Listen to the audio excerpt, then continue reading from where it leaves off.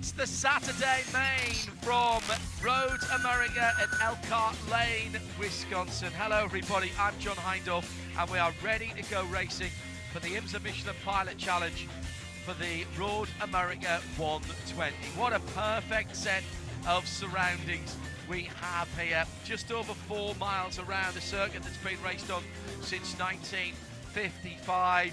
And a 2-hour contest that will test driver and machine to the absolute limit. Weather is absolutely perfect. 104 on the tracks, 84 in the air. That's 29 in the air Celsius and 40 Celsius on the track. And what have we got in store for the teams and drivers? Round about, well, actually exactly 14 corners. An uphill run to turn one. There is a half an opportunity there on starts and restarts. Then you're running downhill all the way to turn 5. Downhill braking area, but if you are brave, you can make a move there. Maybe into turn 8 just before the carousel and the signature kink. Not a lot of grip offline in those parts of the circuit since this place was resurfaced. Canada corner, not seen a huge amount of passing there. It's normally one of our action areas. And then it's all uphill back to the start-finish line. The For Performance Global Broadcast Centre in effect this weekend with me, John Hindhaugh, and Jeremy Shaw. And our BTO pit reporter is Shea Adam, who hopefully is looking at an empty pit lane, Shea. I am actually. I was just thinking about the fact that it's just myself and the pit officials out here on the pit lane itself, standing out on the white line in line formation, ready to get this race going. It's kind of part of the ceremony of the pre-race festivities as the cars come around to complete the first of 2 pace laps, longest pace laps of the season, as you can imagine here at Road America at 4.048 miles. It takes them a little while to go around behind the 2 Chevy Corvette safety cars, but we have a full field.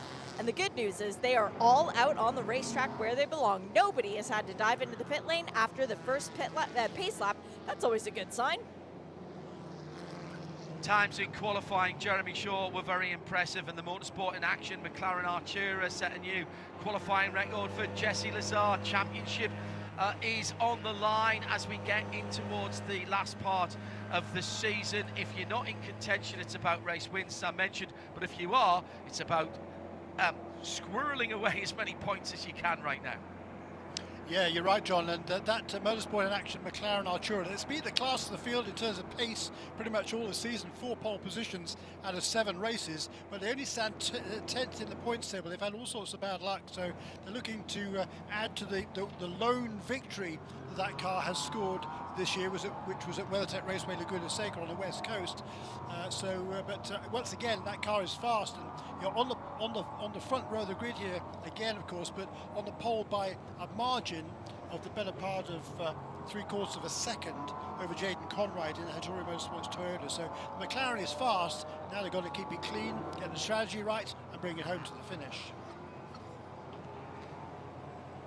It's 2 hours. We know from past experience that the TCR cars can make this on one stop. This is a track that is very fast, so that means you're on the throttle a lot of the time. The GS cars, well, we're expecting what, 50 to 53 minutes, Jeremy, is what I've been hearing for the GS, the GT4 cars. Yeah, that sounds about right, John, and yeah, there's a few of them can try and stretch it out a little bit, but I think for sure the GS cars need to make 2 pit stops. You'd need quite a bit of full course caution for them to be able to make it on 1. So I think most of them, they're planning to make 2 stops during this race. What we've seen in all the races and the sessions so far this Super Saturday is that you go off the racing line at the faster parts of the circuit, so the carousel in particular. You get off the racing line through the kink at your peril. I've seen a couple of really big incidents around the fastest part of the circuit, and the track has been swept. We've had about an hour since the last cars were on the circuit.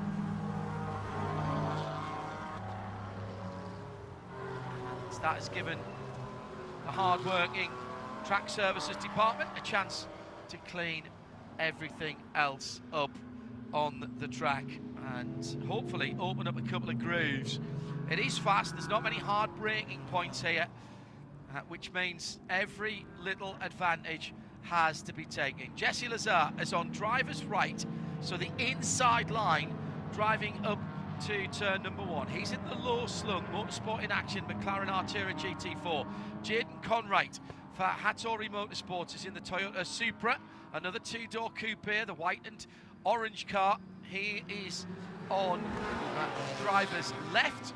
As they come to the line, the green flag is in the air and we are racing, and the time starts now as they cross the line. Really good start by Jesse Lazare, who had a couple of cars lengths.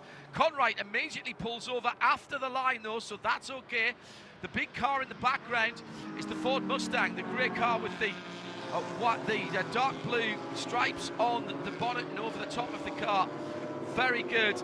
Indeed, and a clean start. Now we have 2 starts here, so here comes Dayoshi Hara from Montreal Motorsport Group in the Honda. He had a good start as well. Oh, did he move lanes? He drifted into the middle. That would be a penalty if he did. I think it might be harsh for that because he had such a good start ahead of the 2 Hyundais. In fact, there were 5 Hyundais sitting behind Dayoshi Hara, the man who is a sideways superstar in the world of drifting. He has taken to circuit racing very well indeed in a front-wheel drive car. Let's not forget. Meantime, the leaders are already under the Corvette Bridge and through turn 6, heading towards 7. And the Cayman just disappears off the track of Archangel of Baby Bull Racing for a moment, but gets back on to the circuit. A pretty even start, Jeremy Shaw, and that is exactly what we wanted to see to kick this 2 hours off. Yeah, certainly is. Nice clean start there. Top 3 or 4 still in their grid order. That was a tremendous qualified run by Gavin Sanders, making his debut in that Macumbi-Macaleer Racing N-Troops as the number 72 Audi off the road. That's the car making its debut this weekend. Riley Pegram from Hebron, Ohio, just outside of Columbus. That family, the Pegram family, absolute legends in motorcycle road racing, superbikes in particular for a dad, Larry, who's also done a fair bit of racing over the years. He raced in Pro Mazda, what is now USF Pro 2000 for a few years as a kind of a master then, even he wasn't really a master, he was only in his 30s. But there's also an off-road run there for Sean McAllister in a car barn BMW on the X of the Kink. I think he's got away with that. Yes, he has, and as you mentioned, that number 72, Ryland Pegram, in the Audi has got underway. Engine problem reported from Shay Adam as our BDO pit reporter. What are you hearing, Shay? Well, I wasn't hearing anything that sounded pleasant when it came to take the start, and everybody reacted in the same manner. I'm no Audi engine expert, although that is the car that I tinker on most, but that engine was not doing too well, so I'm currently heading down to their box to see if the 72 can make it all the way back around. Remember, very long, steep hill to get up into the pit lane. It's a fair point. Well made. Thank you, Shay. Good start from from the pole sitter, Jesse Lazare for Motorsport in Action as he goes through turn number 5 for the first time and heads up under the bridge. 3 different manufacturers, no, make that 4, 5, 6 different manufacturers in the top 6, with McLaren, from Toyota, from Porsche, from Ford Mustang, from Aston Martin, and they're separated by 2.1 seconds.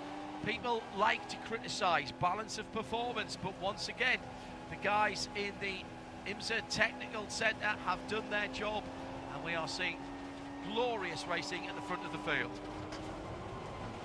Yeah, we are, John. It's a different track. You know, it's a pretty unique racetrack, Road America, with long straights here. But certainly it seems to suit the McLaren, which has been super fast all weekend long, on the pole position by a goodly margin. And this Toyota, it's always fast as well. There's only one of them in the field, but Hattori Motorsports always run strongly. Last year they made just a couple of kind of one-off starts. This year, a bit more of a concerted effort. They haven't done all the races this season, but Jaden Conwright and Jack Hawksworth, who will do the finishing stint in this car, they fancy themselves for a good shot at possibly at the win here this afternoon. That's certainly the goal for Ettore Motorsports. Might be something flapping underneath that number 72 Audi, the Pegram Racing machine, sitting dead last at the moment. The Honda Civic of John Brell, the Montreal number 6 car not making the start, as Jeremy was reporting earlier on.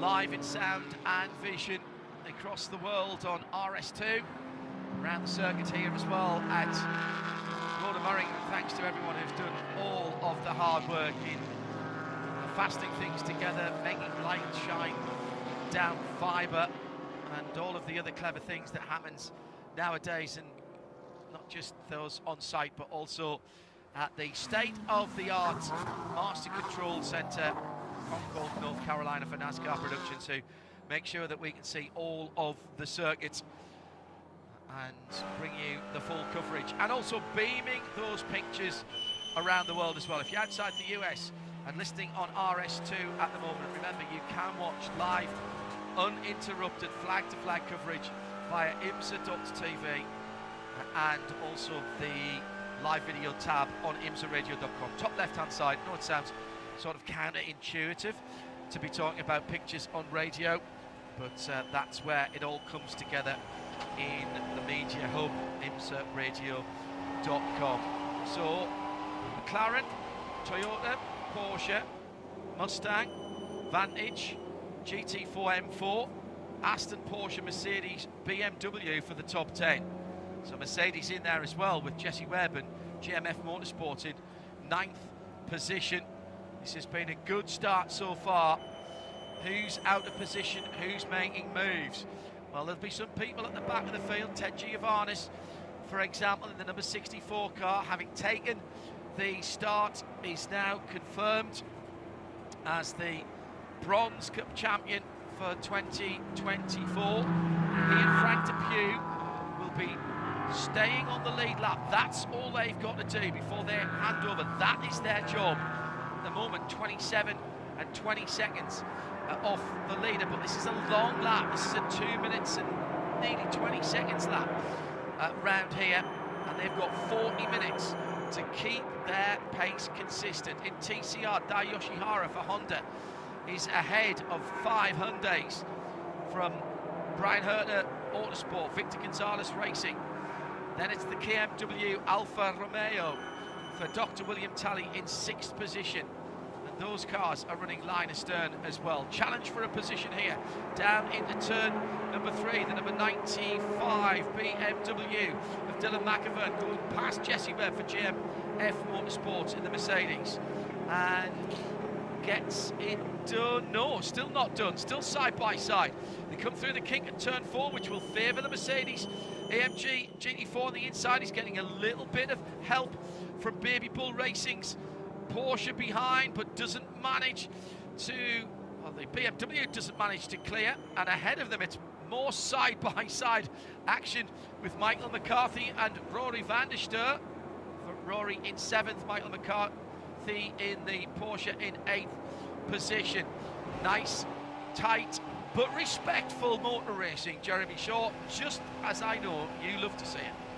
Yeah, absolutely right. Yeah, give a little bit of room. Don't push people off the track. No need to do that. And particularly in these stages of a 2-hour race. But yeah, nice clean start there. And Jesse Lazare, looking pretty comfortable out front. He said he's the fastest lap race on the first flying lap.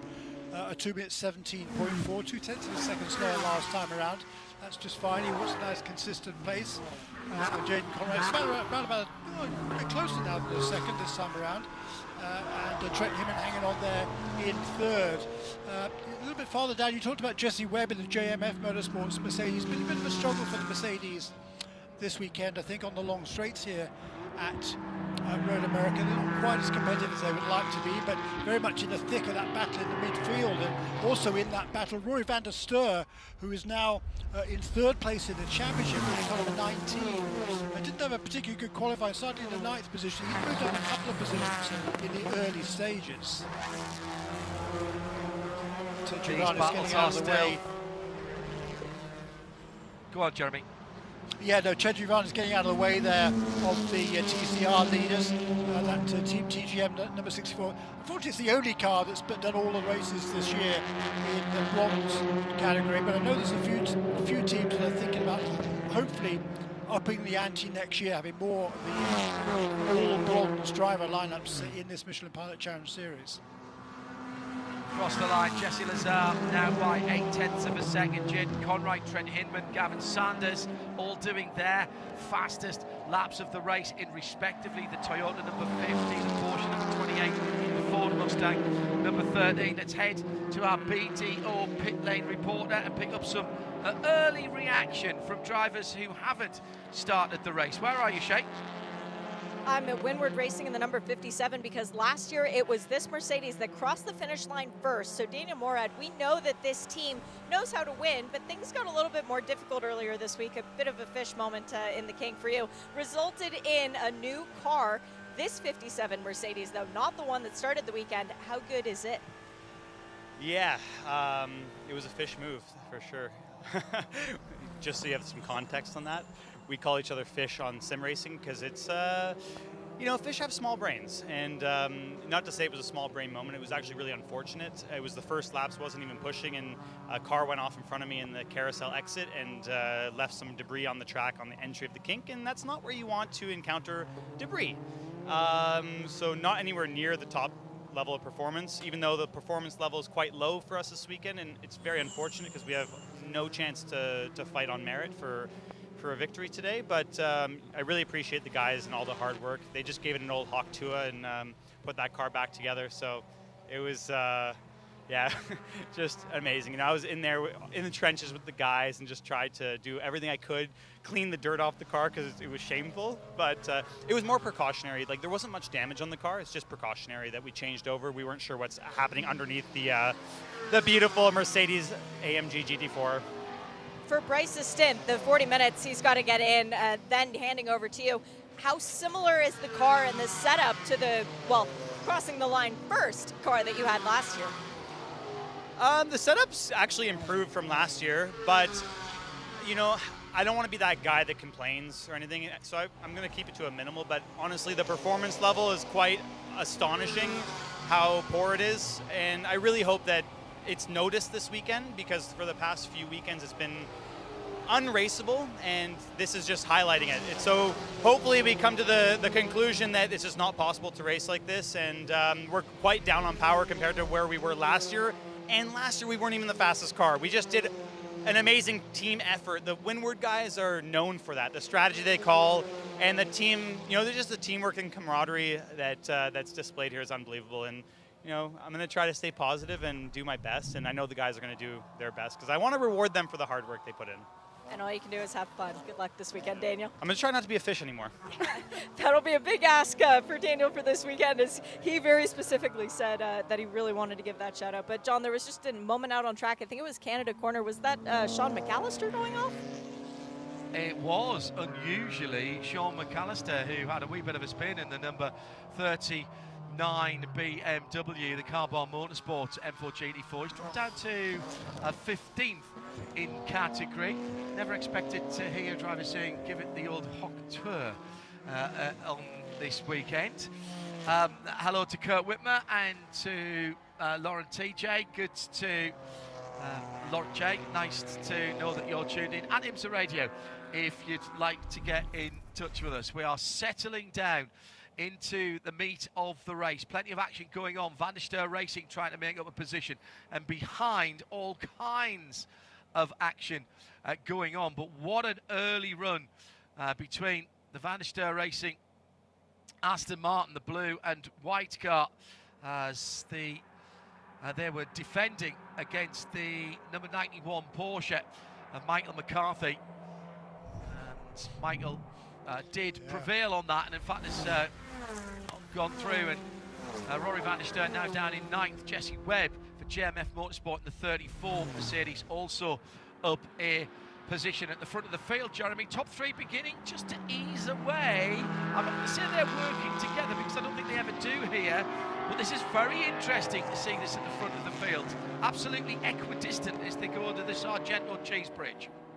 They are, and I think Jesse Lazare just managing his pace here, not pushing too hard too soon. I think he's got a really fast car. Look how he pulled away on the straight there. It was equidistant. It isn't by the time they get down to turn 5. He's half a dozen car lengths ahead of that Toyota in second position. But you know, this is a fight we've got right now. I think balance performance generally is fairly good. But I mentioned it with the JMF Mercedes team as well. Mercedes certainly seems to be getting the short end of the stick this year for some reason. I mean, they're not a million miles off, but these super competitive teams, and particularly on the straights, they're struggling here. By the way, while Shea was talking to Daniel Morad, Bryce Ward had a bit of an off, so he lost several positions. He's back now in 26th position behind the TCR leaders. Also, we saw number 39 car off again at Sean McCaskill. That was the second time he's had an off during this race, John, because he was off at the kink earlier on, so he's fallen a little bit farther back down the order as well. But out front here, Lazare controlling the pace here. Jaden Conwright and Trent Hidman having a pretty good battle for second, and pulling away just a little bit, as you say, from Gavin Sanders in a very good fourth position. The Karen Lawrence Motorsport, number 43, with Stephen Cameron, excuse me, Motorsport, number 43, orange and blue car. That is the, hello Cameron Lawrence, hello Stephen Cameron. So let's, that car is moving again. It had come to a halt just out of turn 3. This is the number 43 Ford Mustang, by the way, with at the moment that car, well, it's now dropped all the way down to the back of the field for John Quinlan for the Stephen Cameron Racing machine. 22nd in GS. In fact, Ted Giovannis has gone through, so now 23rd.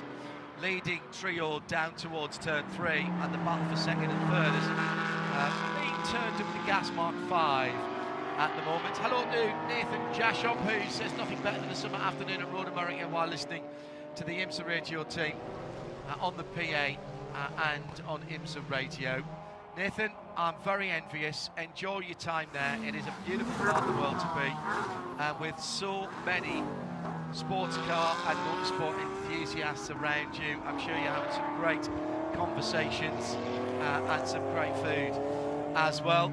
An hour and 43 minutes still to go, and this battle for second is really boiling over now through turn 7 as they head through Harry Downs now towards turn 8, the left-hander that leads under the bridge and towards the carousel. Now let's see if that Porsche can nurgle its way by. No, I think not at the moment. Little gap back to Gavin Sanders, who's doing a great job, Jeremy Shaw, in the Ford Mustang GT4 from McGovney McAlee Racing. Well, he really is, and he's done some SRO GT4 in the past. It was teammate to Mackay Stevens a couple of years ago, had some success there. Prior to that, he was racing in his native Canada, in the first of all in the Micro Cup series, and then there's an Ultima series as well north of the border. So lots of experience in this sort of car, but not in the Ford Mustang. He's had a really strong opening stint to this race. That's Gavin Sanders in that car number 13. He's only 21 years of age, from Mount Albert, Ontario, and giving an extremely good account of himself. Stepping in for Chad McCumbee, who's not available this weekend, alongside the regular driver in that number 13, Carl Jensen Holtz. Lazare goes through with getting on for a second of air lead as he completes another lap. Jaden Conwright in second position. Elliot Lindemoon listening in from the high desert in California. Lovely weather here, and mind you, at the racetrack. 29 Celsius in the air is 84, 104 Fahrenheit, 40 on the track. And also to the rest of you who are tuned in at IMSA Radio, if you'd like to get in touch, don't forget, if you're outside of the US, we have full, live, uninterrupted World Feed TV by IMSARadio.com. Top left-hand side, the drop-down menu on the tab there. It says live video. You can tune in and see what we are doing at the moment. Ken Fukuda, Skip Barber Racing, in the number 16, red, white and black Skip Barber Racing school car. Ross Chastain will be jumping into that. No relation to Jessica Chastain, but does have a bit of a profile here in the United States, as he is a NASCAR truck driver and cup driver, should I say. Well, yeah, and his main claim to fame, of course, is that race at Martinsville a couple of years ago, isn't he? He's a watermelon farmer. He's known for two things in particular, Ross Chastain, John. Number one is smashing a full watermelon on the ground after a victory, but the other one was that the final race of the season a couple of years ago at Martinsville, where you remember he ran the wall all the way around the outside on that final corner to make up 5 positions and get himself into the playoffs. Ridiculous move, but he pulled it off, and infamy, fame, whichever it is, Ross Chastain. He's proven himself to be a winner, obviously, in NASCAR as well, not just pulling stunts like that. And in fact, there is a regulation now that was brought into force after that. It was right at the end of the season as they were going into the playoffs, that you can't now do that anymore. You can't use the wall. It was an iRacing move, really, wasn't it? Yeah. That, you've seen it done on a video game. Let's see if it worked here, and my goodness me, it did. For those of you perhaps in Europe or further afield who haven't seen that, go and look it up. Just Ross Chastain wall ride, you will find it. It is actually, it's real. It is not AI. It is not an iRacing event. That was real life. He'll get in that car a little bit later on. Meantime, at the front of the field, with an hour and 38.5 minutes to go, the top 3 are back together, and Jesse Lazare is going to have to start thinking about what's going on behind him, because now he's got a Porsche in his wheel tracks, as the RS1 Trent Hinman number 28 car has gone through past the Ineos Hattori Motorsports Jaden Conright driven machine. So mid-engine, front engine, as they go through turn 7. Such a great corner. I think underestimated here, because it's so close to or flat, but only if you're absolutely on the spot on line. The new repave has made the carousel very quick as well, but only if you're online. This is a proper racetrack. Under the Mission Foods bridge and towards the King for 3 leaders, then charging down. There was a little dab on the brakes there by Trent Hinman in the RS1 machine. Now, that second place changed hands at the start of this lap, with a nice bit of drag racing to the first corner and a little bit of slipstreaming as well, a bit of drafting as well by Trent Hinman in the RS1. Lazare, Hinman, Conright, then a bit of a gap back to Saunders. That's how they stand with an hour and 37 minutes to go. Jeremy Shaw. Yeah, that's right. So 23 minutes down in this race, about halfway through the drive time stint for these drivers. You have to complete 40 minutes at the wheel before you can hand over to the co-driver with the remainder of the race. And Trent Hinman, I think he's fed up with sitting there in 3rd position, so he's going to make a move. This is the car that won the last time out at Canadian Tire Motorsport Park. They've been knocking on the door at a 2nd place finish at WeatherTech Raceway Laguna Seca earlier this season. He came into the championship with super high expectations for the championship, with Trent Hinman and Stephen McAleer sharing that number 28 car. Just niggly things had kind of got in their way, so they're back a little bit in the points table, but move themselves up to 4th now in the overall time. Just 350 points behind the leading kind of the 46 of Paul Holton and Matt Plum. Paul Holton didn't do the first race of the season because it was the regular number 46 driver Owen Trinkler who drove the first round of the season in much pain after an accident. Then inexplicably, and in my opinion inexcusably, he was dropped from that team, and Paul Holton's been given the opportunity. He's done a super job, of course, as one would expect, but we certainly miss Owen Trinkler, and I don't think he was treated very well there at all, but that's a personal opinion, which I probably shouldn't be making. 25 minutes gone. The top 7 are now all different manufacturers, with McLaren, Porsche, Toyota, Ford, BMW, Aston Martin and Mercedes all represented. Kevin Payne, good spot on that at IMSA Radio. Well, we've been talking about him. Let's nip down to Shea Adam in the pit lane, who has a melon farmer. I do. Ross Chastain, welcome to IMSA first and foremost. You're a road course winner in your past, but how different is it when you get to keep both hands on the steering wheel for shifting? Yeah, Shay, it's totally different. ABS, traction control, paddle shifting. I did, sitting in the car, go through the muscle memory of keeping my hand on the paddles before everyone on track, because everything is so repeatable with a standard H pattern, which is what the old Cup car and Xfinity and truck is. And now we feel like we're modern in NASCAR. We have sequential shifting, mechanical, but we're still lifting to shift on the upshifts and blipping on the down. So yeah, this is drastically different. Learning to live in the ABS and things like that and live in the traction control is tough. But I'm learning, and now I've got my longest hopefully stint of the weekend coming up in the race. How difficult is that to try and adapt to, because we have such limited practice compared to what you're used to? Well, Cup has limited it down now to 20 minutes, but I'm the only one in the car, so I get all 20, minus like one pit stop to make an adjustment. The paddock here, though, there was a lot of safety cars and cautions yesterday, so yeah, definitely not as many as Ken or I would like. And Ken's my instructor. He's my co-driver, my teammate, and the guy teaching me how to do this, and it's great that he's in the car back and forth with me so we can. So far, our feedback has lined up, which is good. We've been tight a lot of the weekend, and so we continue to free the car up and help the front tire. I know understeer, oversteer. I don't know which way that is, but if I guess, I'm sure I would guess wrong. So we're tight. That's the way I would describe it. Very fair. It depends which end of the car is trying to hit the wall outside of you first. Right. Well, the front. When you're coming to this as a Florida kid, the heat shouldn't really be bothering you too much, but how much nicer is it in the Aston Martin than your normal Cup car? Actually, no, not really. No, we've done a lot of work in the Cup cars to cool us. We run a cool shirt. Ken and I are not running one in this car. We've got more airflow coming into my helmet, so we run carbon monoxide filters in the Cup car.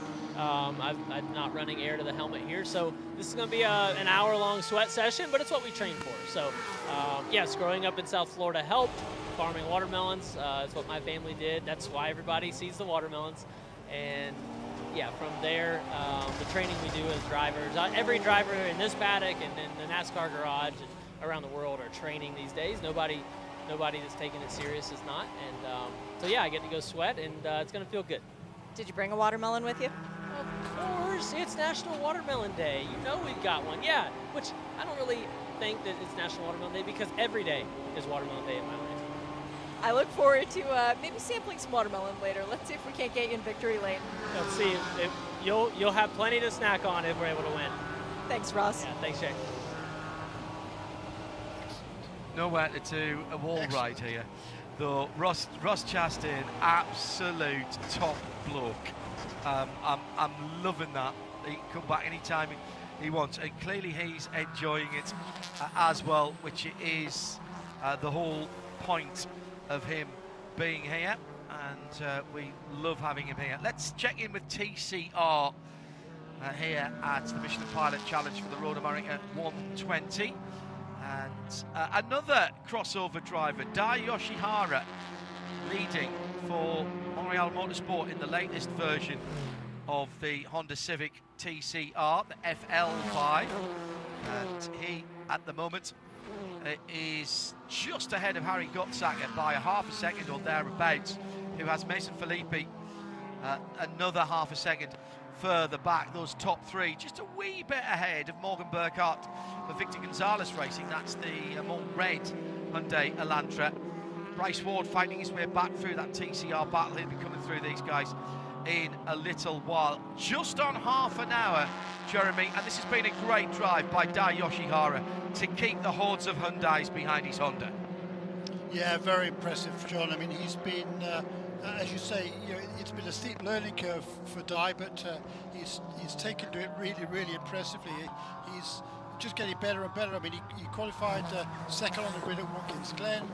He was sixth on the grid last time out at Canadian Tire Motorsport Park, but came away with his best finish along with Carl Whitmer. They finished in second position. That was their first podium, and clearly that has inspired the Japanese driver, and a brilliant qualifying run. He's 45 years of age, from Choichi in Japan originally, but been over here for quite a while now. And you know, he won Pikes Peak in 2020 as well. So you're a multi-talented driver, and great to see him performing so well here. And you're keeping those factory, if you like, quote unquote, Brian Herder Autosport Hyundai's behind him in that Honda. Is an impressive run for Dai Yoshihara in car number 93. Another stall for Sean Quinlan in the 43 Ford. This time just coming out of the final corner, not to come into pit lane, and he has continued again to go around, but this is costing him time. He'll not be happy with that. That looks somewhat ominous. Yoshihara down into Canada corner, absolutely nailing the brakes on these TCR cars, and the back end squirming around. Watching the qualifying from Silverstone earlier on the day for MotoGP, and they're all running in the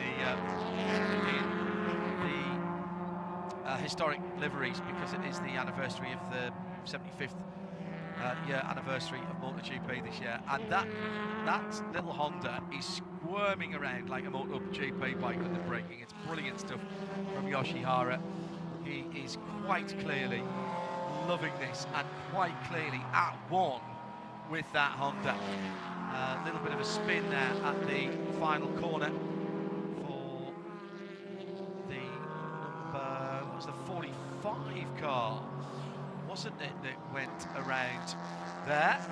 Scott Blinn for Ruckus Racing. His Aston Martin Vantage is now pointing in the right direction.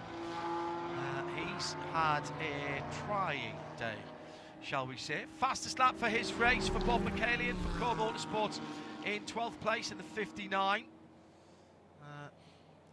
Ruckus He car just did the Porsche race, didn't he? He did, yes, absolutely. And he had a good run, I think, didn't he? Was he? Oops. Yeah, eventually. Turn number really? 4, turn number 5, it was a bit of a comeback drive, but turn number 5, and the Toyota, got a helping hand from Frank Depew, and Ken Fukuda has just gone backwards into the runoff. I think Frank will be getting a drive-through for that. Now, the bad news for the Skip Barber Racing Skill team, the number 16, is that has damaged the under tray at the back. So that is not good news. There's a little bit of damage to the front of the number 71 Aston Martin, but nowhere near as crucial in terms of the aerodynamics as what's happened to the back of that Toyota Supra GR. Let's nip back to the front of the field and check in with just under 90 minutes to go. Jesse Lazar, Trent Hinman and Jaden Conright just having the best time.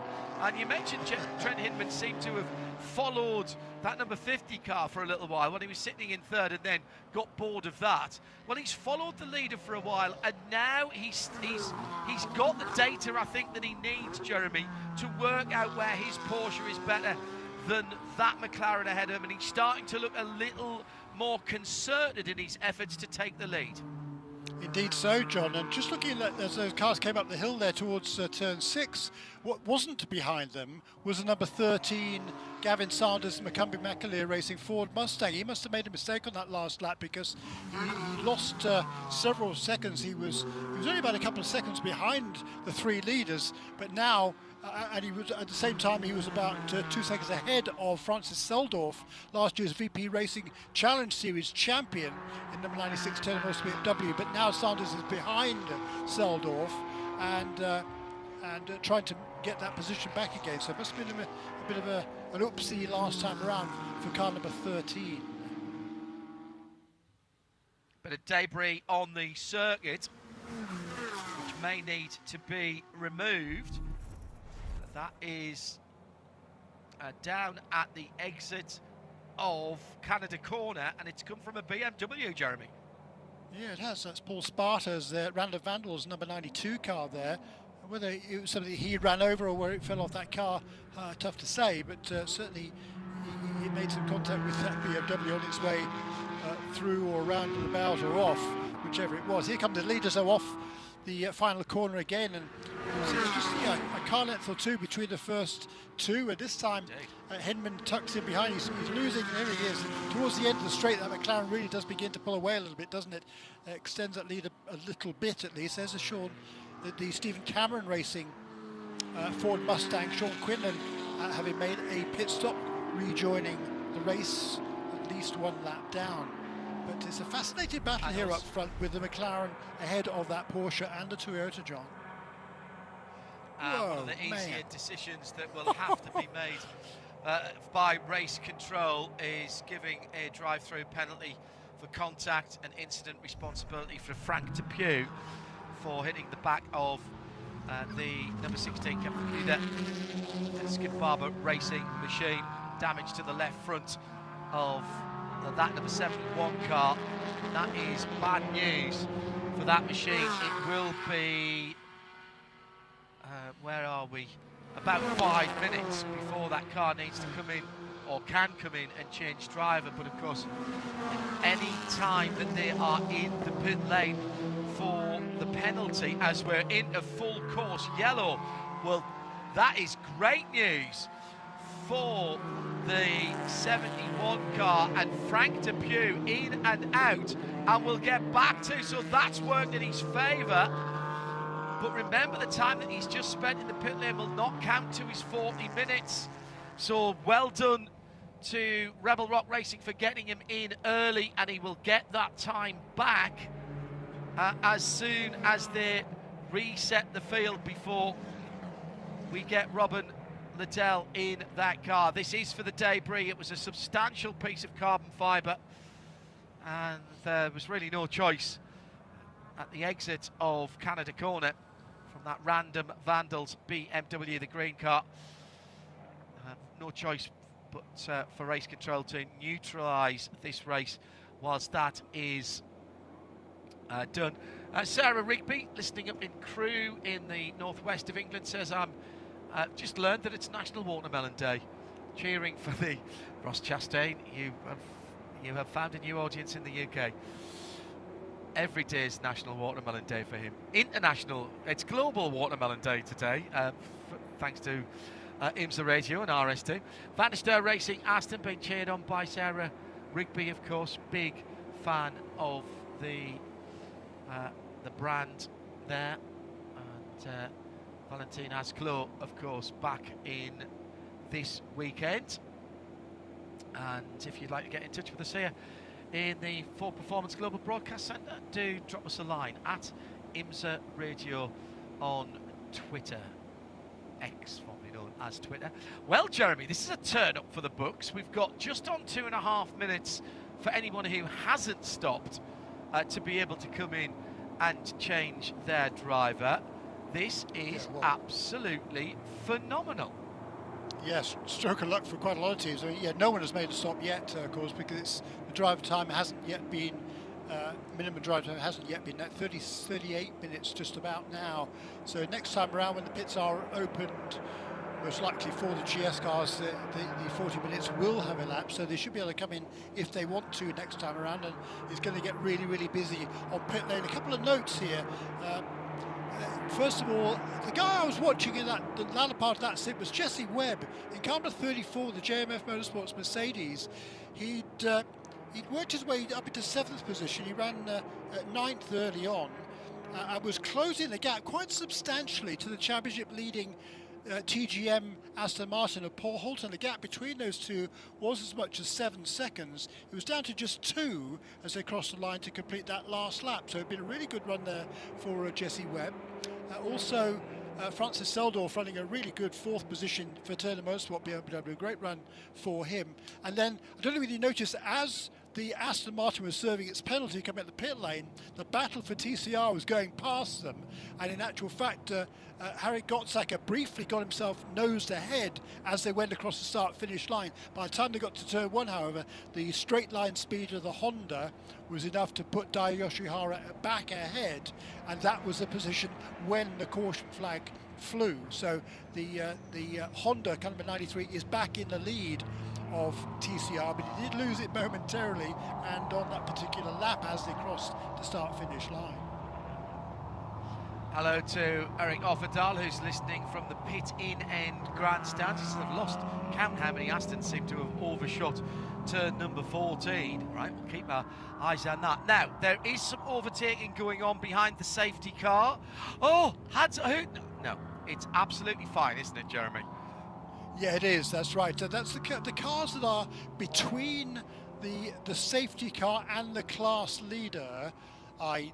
TCR cars, because the GS cars are leading a race. So if the GS car was behind the safety car, it needs to go around. But I don't think there was anybody. But TCR cars, anybody that had not yet been lapped by the TCR leader was able to go on around and retake a position at the back of the pack. And I'm not sure there's actually anybody other than the number 14 car of Sean Quinlan that made that pit stop.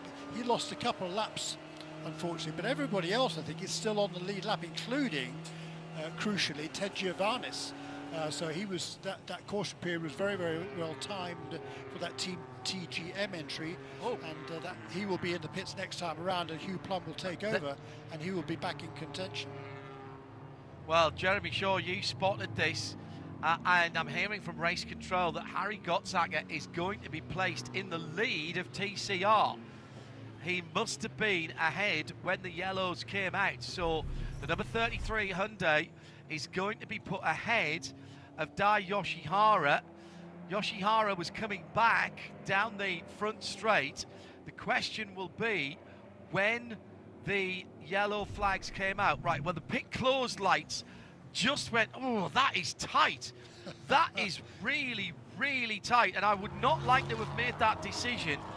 Now, ultimately, it'll be down to the pit crews as it would have been, but it would appear that Harry Gottsacker will get into the pit lane a car's length ahead, effectively, and the rest of the TCRs. The pits are open, and 41 minutes have elapsed. So let's see who comes into the pit lane. The Mia McLaren is staying out.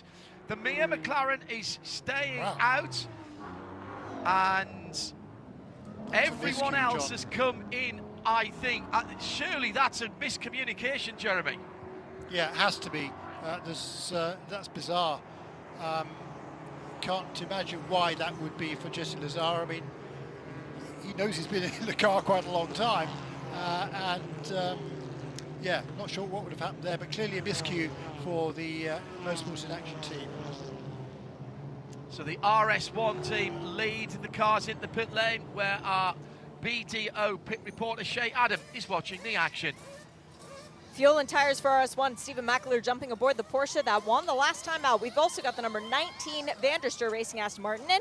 That is going to be a driver change as well, as Valentin is taking over for Rory. That was a rev of the BMW engine as Sean McAllister jumped out of the Carbon with Peregrine Racing, number 39 BMW, handing over to Jeff Westphal. The number 46 Team TGM car came in. The 64 stayed out. They have only one pit crew. They can only do service on one car at a time, so that is Paul Holton out and Matt Plum taking over, championship leader. We've now got Jack Hawksworth aboard the Toyota for the number 50, and that is fuel and tires as well. Kenton Cook is aboard the Random Vandals BMW, the 92, waiting on the right side tire change to complete there. First car back out and rolling is the number 13 Jensen Altman. Brilliant slide. No, I lied. First car going was RS1. Stephen McAleer with a killer pit stop from the RS1 crew. We called them risky strategy one at CTMP. This was the safe strategy that everyone else. Both of the Turner BMWs were in. It's Robbie Foley and Rob McGuinness aboard those two cars. Ross Chastain is now driving the number 16 Skip Barber Racing Aston Martin. We have Robin Liddell in with a couple bits of quite honestly pathetic looking tape trying to hold the left front of that Aston Martin together. It is now Daniel Morad aboard the Windward Racing number 57. We've got Sebastian Carrazzo in the number 67. That is the Cybok Simpson Racing Porsche. It is Mackay Stevens in the number 34 for JMF. A slower stop for the number 91. That is the Riley Porsche, the one the first race of the season. Riley Dickinson has taken over and waiting to see why he is not yet moving, because their stop has been completed. Going into the passenger side of the car, trying to mess with the electronics in there. That is not good, but the good news is we are underneath the yellow, so not losing any additional track time. He will be able to catch up behind the safety car. And Scott Blynn's Aston Martin, the Ruckus Racing car, number 45, a lot of damage to the right front of that car. They have now completed the service, and that car gets rolling once again. New driver aboard. Is that JP Southern again this weekend? No, I can't remember. I'm sorry, John. Don't have the entry list in front of me. Yes, it is. Yes, it is. Yeah, you're absolutely right. So TCR pit stops coming up. Chance to say hello to Zach Rader. Watching the race from turn 7. Let's go Robin Liddell. He's tweeted in at IMSA Radio. Jerry Z, listening from Central Florida. Hello, Jerry. Nice to have your company. The Brian D, listening from Rosewood, Kentucky. How is it in Rosewood, Kentucky, Brian? Thank you very much for spending some of your Saturday with us. Don't forget, we've got a full Sunday for you as well, with Porsche race, Mustang race, and of course the headline of the IMSA Sports Car Weekend, the IMSA WeatherTech SportsCar Championship. But before that, we've still got an hour and 15 minutes of the Road America 120 as the TCRs pop into the pit lane, and they've come in at pace. Jesse Lazar still stayed out. Harry Gottsacker has been put back to the front of the field and is heading in now to our BDO pit lane reporter, Shea Adam. Hello, Harry. Welcome to the pit lane. Nice of you to join us in here. Rob Wickens, his co-driver, is ready to take over, having come back out wearing a nice little ice vest as well to try and keep cool. But the first car into its box is the car that's been victorious the last 3 years running. That is the mighty Alpha. Dr. Will Talley jumping out of that car. Really good job in the opening stint, handing over to Tim Lewis. We have a horde of Hyundais. We also have a couple of Audis coming in and hitting their marks. It is now Mikey Taylor who is jumping into the 17 Unitronic JDC Audi, taking over for Chris Miller, the car which leads the championship. We've got Andy Lally. Welcome back, Andy, in the Starcom Hyundai. That's really exciting because the last time Andy drove this car, it was to P2 at Sebring. For the Hyundai pit stops, it is driver changes all across the boards in all 4 of the Brian Herda Autosports Hyundais. Front tire changes on all of them. Driver change in fuel only for VGRT. So that is now Tyler Gonzalez aboard the car, taking it to the end. That car, the first one back out, but with no new tires. Second car to get moving again. Mark Wilkins, the number 98 Hyundai. Then we've got, the fuel line was still attached. Of which one was that? I think that was the 33, actually. Yes, it was. So Rob Wickens started to move. The refueling hose was still attached. The car did not get a full fuel load, and the fueler went down on the ground. So that is not a good stop from BHA. That will ultimately be a penalty for them as well. It was a good stop, though, for Road Shagger Racing. Welcome back to Gavin Ernstone and John Morley, as they jumped quite a few cars in the line. So watch out for the number 99, John. That's the car I'm most interested in. No tires in that stop. Are they going to be able to use any form of traction? Do they have anything left in those Michelins that not only did the start of the race, but qualifying this morning? Shea Adam in the pit lane with our BDO pit report. Very, very impressive work by everybody down there. Potential of a pit violation then from the number 33 car. We have the best pit lane team in the business in terms of our officials. And a reminder that pretty much everything that in the pit lane, everything that you're going to get penalised for is a question of safety. Too many people over the wall, safety.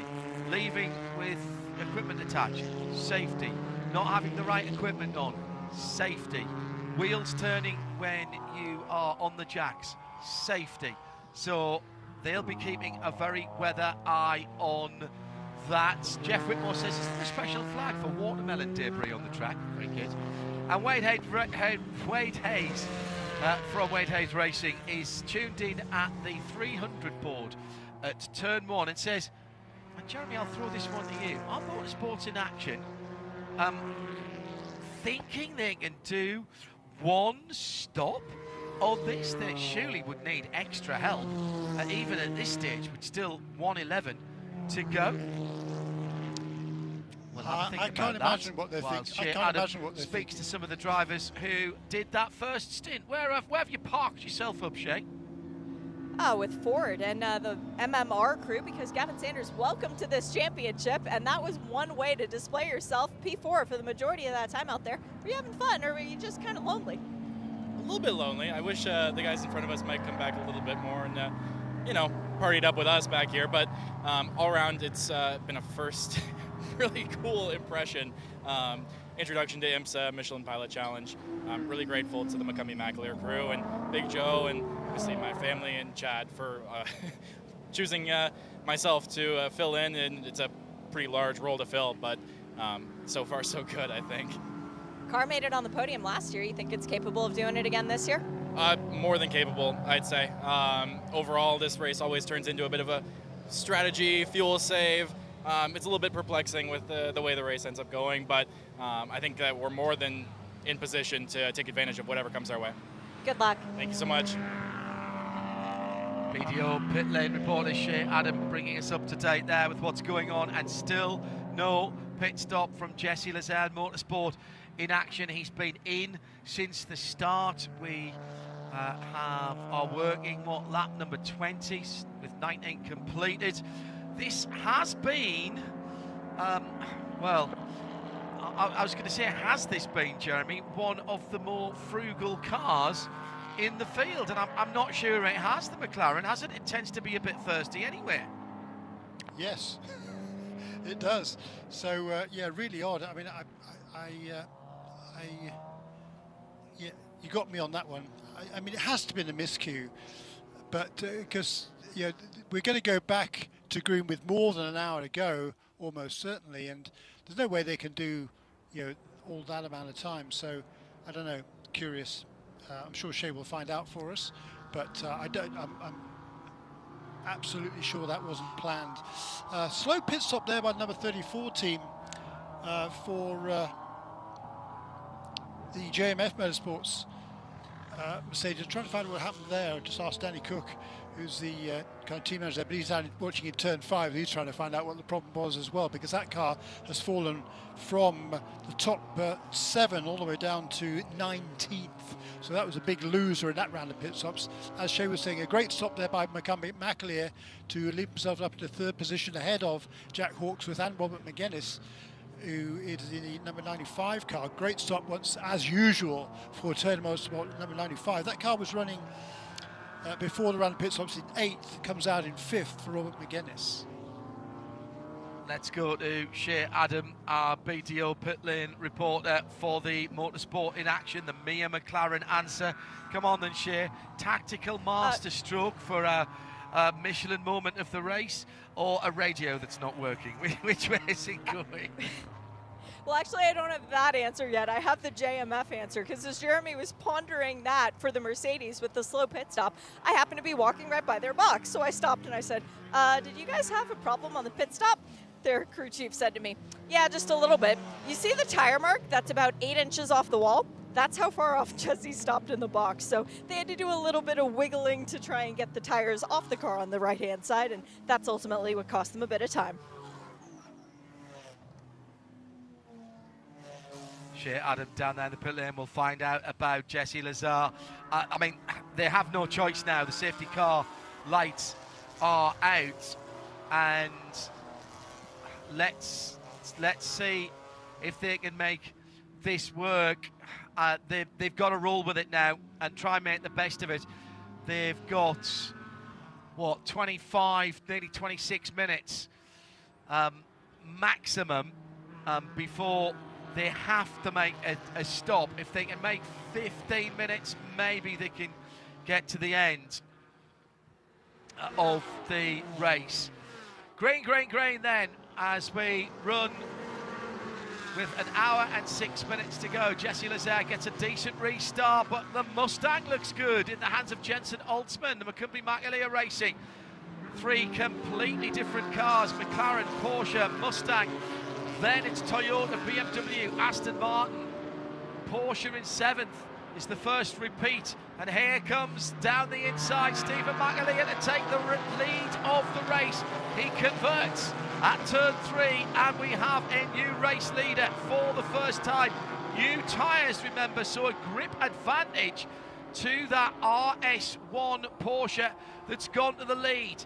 The dice rolled by Motorsport in Action, but of course they didn't have any advantage. Down the inside to turn 5, the Hattori Motorsport Jack Hawksworth driven Toyota makes up a position 3 across the track as they head under the Corvette bridge, and Jack Hawksworth gets an absolute flyer, and the Mia McLaren's in real trouble here. It has no grip compared to the cars who stopped for 4 new Michelin tyres, Jeremy. Yeah, dropping like a stone there. I mean, Jack Hawksworth, you could see the advantage of grip he had through turn 5. Not only was he able to outbrake the car of Jensen Altsman, but also on the exit, he just drove right past the McLaren, who was then a sitting duck to lose more positions at the top of the hill at turn 6 as well. So it's all gone wrong for Mia McLaren once again, unfortunately. Boy, it's going to be so frustrating for that team because they've clearly had the fastest car all weekend long. Shea Adam has gone down to the Mia McLaren pits. So was that tactical? Was it mistake? Shea, what is the situation? It was tactical. They tried something different, and they went a different way because at CTMP they pitted when everybody else stayed out, and it wound up costing them the win. So they tried something different, but now Michael De Quesada has put his helmet on and is putting on his gloves. There are sticker Michelins up on the wall. It probably won't be this lap around, but it looks like it'll be the next time that Mia McLaren will be coming down the pit lane. Oh, I'm sorry, that's there's no way, John. There's no way. I mean, to win this race now, they're going to need a ridiculous good fortune of the timing of the next full course caution. Otherwise, they're completely out of contention. Yeah, there's still 10 minutes, a good 10 minutes, maybe a little more away from being able to get to the end on one more pit stop, which is what everybody else is going to do as well. So they're not going to have any advantage. If they stop now and have to stop again before the end, which the likelihood is, then they're going to lose the track position, and they're still going to have to make the same last stop that everybody else does.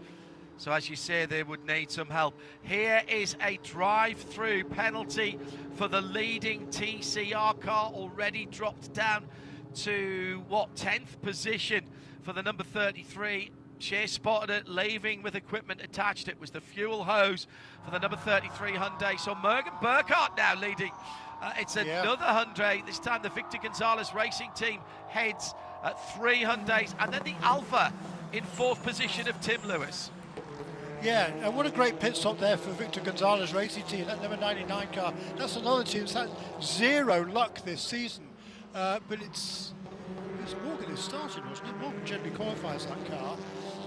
So yes, okay, so they haven't made the driver change. That's kind of weird. And they haven't changed tyres, Jeremy.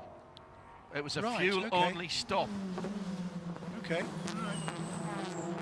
Odd.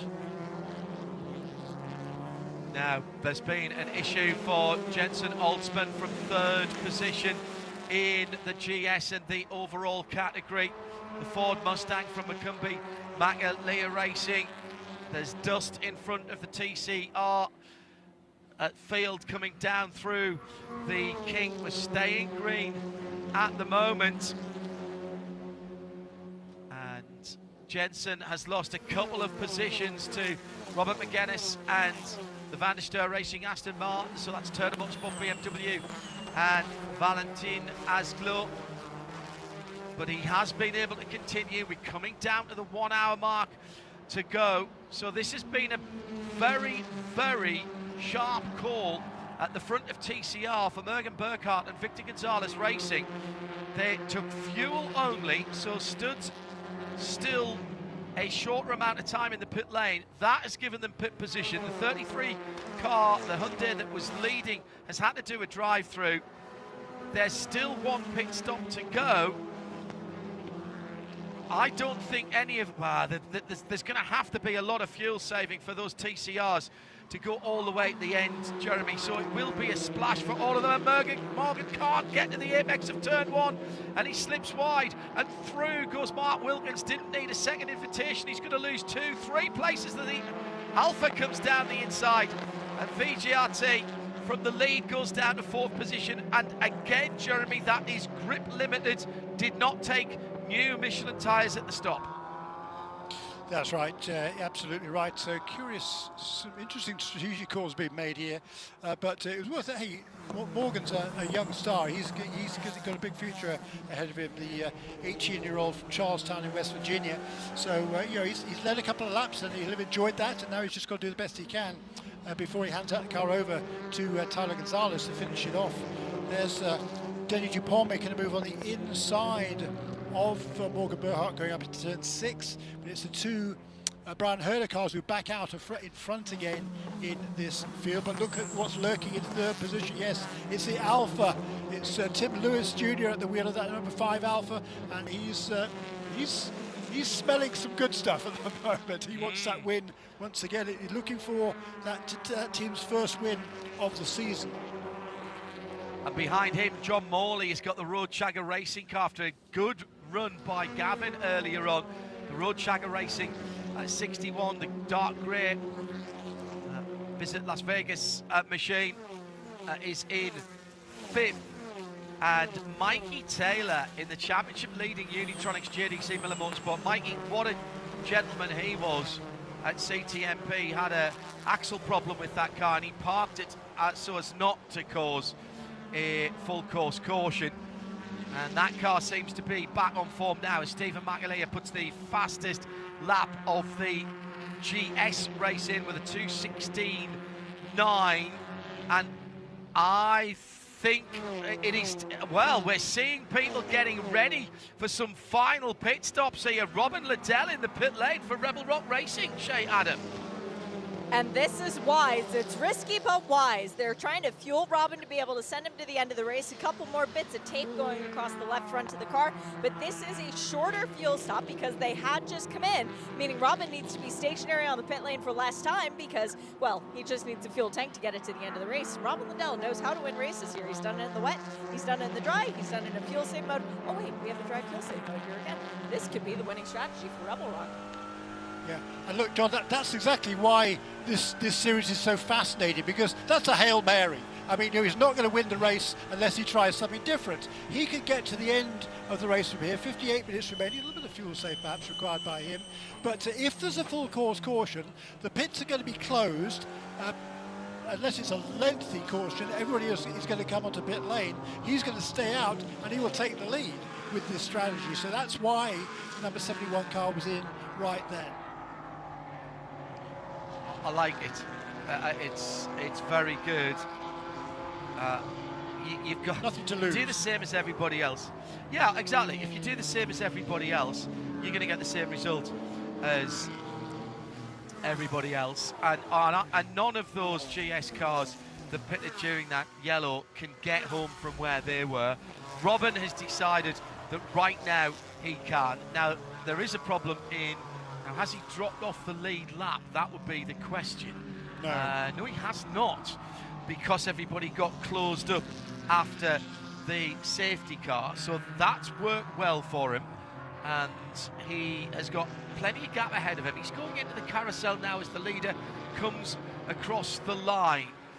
So very interesting indeed. And as Jeremy says, it's a bit of a Hail Mary, because there will have to be outside assistance, I reckon. He came in with just under an hour to go, and I was told 53 to 55 minutes for GS around here. But hey, we don't always get told exactly the right thing. Brian D has just tweeted at IMSA Radio, keeping my eyes on Liddell. Can he do it again? He is good at it. He really is. Mark Wilkins sets the fastest lap in TCR as he leads in the number 98 Hyundai Elantra from Bryson Morris in second in the 77, both Reinhardt Autosports. It's Tim Lewis in third for KMW and the Alfa Romeo Giulietta. Then John Morley for Audi in the 61 Roadshagger Racing. Unitronic JDC Miller are in fifth place. Denny DuPont in the 76 makes up the top six. That's another Hyundai Elantra. And Andy Lally for Starcom Racing in seventh, by the way. He's just about hanging on to that top half dozen. Stephen McAleer has set sail at the head of the field and have pulled out a 1.6 second lead over Jack Hawksworth for Hattori Motorsports in the Toyota GR Supra, 28 from 50. In third, it's the number 95 Turner Motorsport BMW, the yellow and blue car, with some 3 seconds to make up on the Supra in second, but has a second's advantage over Valentin Asclor, the blue, white and yellow car that is just going through the kink now and heading down towards Canada Corner, and he's got just 0.4 of a second on the Baby Bull Racing Porsche of Michael Cooper. Then Kenton Koch for Random Vandals Racing in sixth position. That's been a good pit stop sequence for them. Jensen Altzman, having made a mistake, holding on to seventh position for McCumbee McAleer Racing, in the top 10 made up by Luca Mars in the 59 Core Ford Mustang, Archangels, Aaron Thielitz in the Porsche, and where's Aaron gone? In the Aston, should I say? And Robbie Foley makes up the top 10 in Turner Motorsports, second BMW, the number 96. Into the pits for Jesse Lazare. Now, this is interesting because Lazare will be able to go from here, but he's going to lose a huge amount of ground. A huge amount of ground. Shea Adam. Because he's going to need to take on more fuel than anyone else as well. So this strategy did not work for Mia, at least not yet. The driver change is complete. They are waiting on the 4 tires to go on the car. It is a slower stop for the McLaren because they have, well, now they have the 5 lug nuts actually, so that is fair. They get to use the 2 different guns, but a lot of people have sprung into action, seeing the 88, the Archangel Racing, Archangel Motorsport, Aston Martin as well. That's Todd Coleman who started and Aaron Thielitz who took over. They won a fuel race at Mid-Ohio not very long ago, so let's keep an eye on them as well. They are getting ready to come in, but Mia did say they can go 55 minutes on a tank of fuel safely, so we know that they should be good to the end of this one with it staying full green. A pass for third position in TCR was on the cards there as John Morley began to challenge the Alfa Romeo heading down to turn number 5, but couldn't quite convert it. Stays in 4th position, still the 2 Hyundais out in front. RS2, part of the Radio Show Limited network, is the home of IMSA Radio. Thanks for joining us, whether you're in the US or further afield, and don't forget, if you're outside the US, go to imsaradio.com and click the top left tab that says on the drop down, or the tab, depending on which browser you're using, that says live video. You can follow along without any subscription or any interruption. And we've got 53 minutes, Jeremy Shaw, of cracking racing in both classes still to come. Yeah, this is going to be fun, I think, from here. It's always fun, these races. This is going to be an particularly interesting one. Yeah, I mean, number 69 team, it's an interesting call, but when you've got the dominant car and you're out in front, you don't need to do anything different. So that's the bit that I find perplexing. They've got the car that was on the pole position. It led the whole way until the first round of pit stops. Why not make it easy for yourself? Make your pit stop, make a good stop, and carry on in the lead and go on and win the race. Now, it's certainly going to make it more interesting for them, but we shall see. They're certainly not out of it yet. Well, somebody who's definitely not out of it is this mighty Alpha team, because KMW has 3 victories in the last 3 years. Dr. Will Talley, you said to come find you after that stint. How are you feeling about maybe Tim Lewis charging further forward up on the podium? Well, we definitely got the right guy in the car. This is his track for sure. Our stint was pretty good. I moved us up a little bit. Car's great. It's healthy. We had a good pit stop, so now we just got to let him do his work.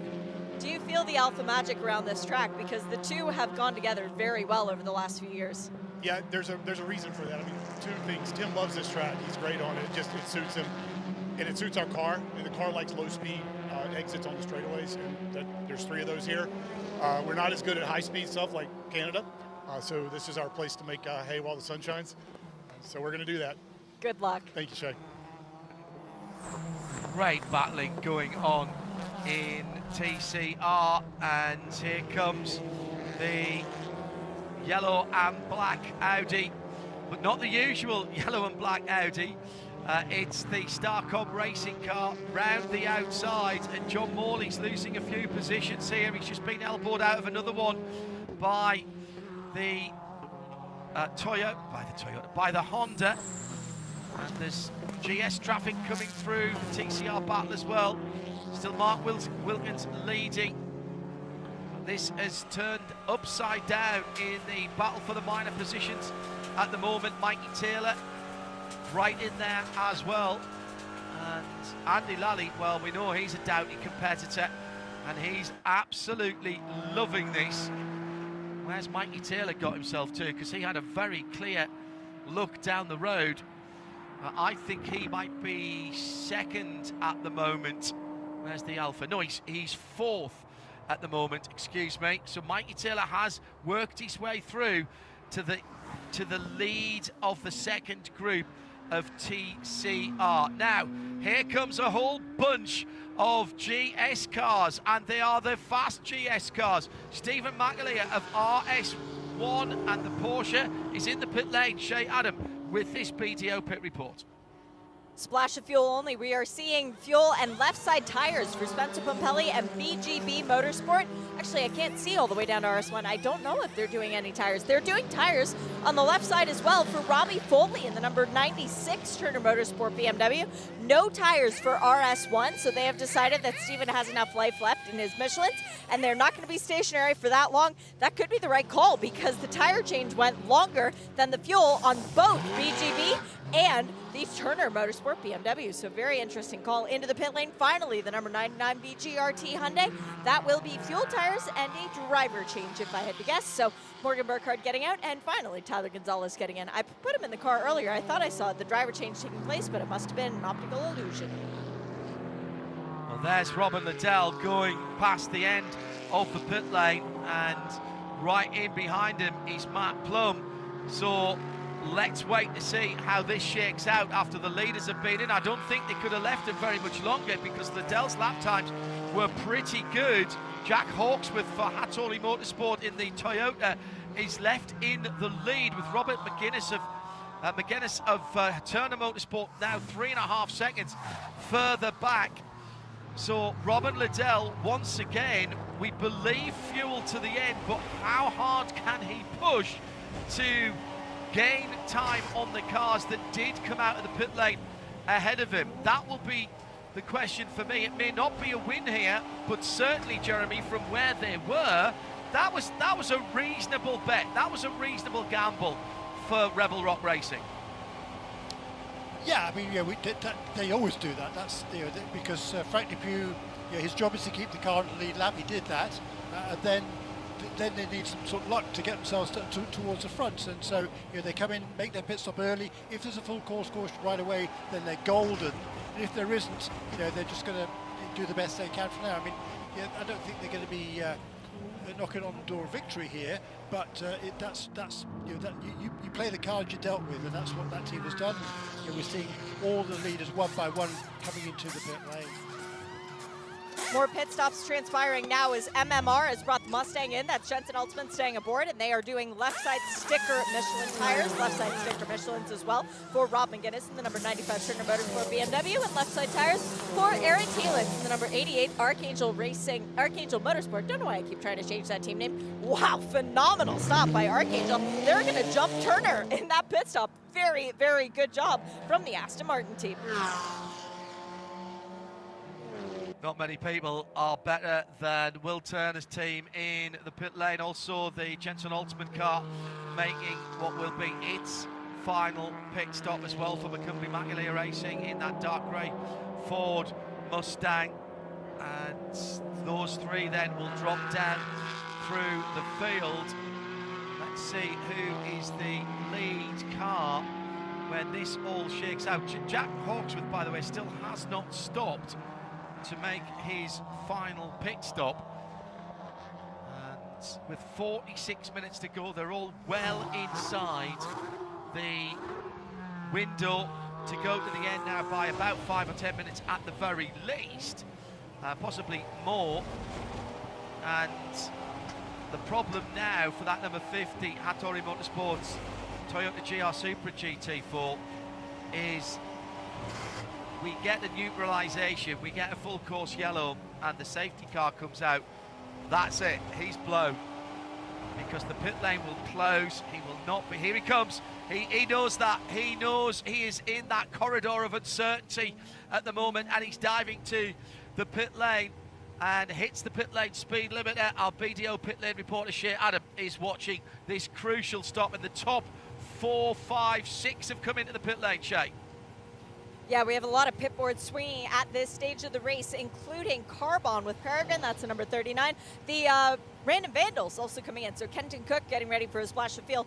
59, that's the Core Motorsport Mustang, they are in, but it is Hawksworth who will see his pit box first. Also in the Vanderster Racing, number 19, Aston Martin, they are coming in for a splash of fuel as well. Now, splash of fuel only for Jack Hawksworth, no tires. They are doing left side tires for Kenton Cook in the Random Vandals BMW, left side tires as well for Vanderster Racing and Valentine, so he is getting a little bit of new rubber. Jack is going to have to tough it out, so it'll be Jack and Stephen McAleer, who did not do a tire change. It is left side tires for Luke Amars and the Mustang as well. That's the number 59.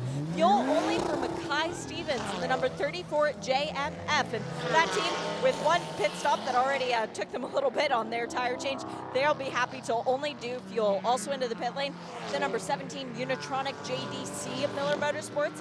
That Audi will be doing fuel and left side tire, left front by the look of it. Very interesting. Front tires only. That makes a lot more sense. I thought maybe it was a slow puncture at first for the number 17 that's won 4 races so far this year. But they will be changing the front tires and giving Mikey every bit of grip he possibly can to go get another win. I'm absolutely dying to see how this shakes out. Daniel Morad has not pitted for Winwood at the front of the field.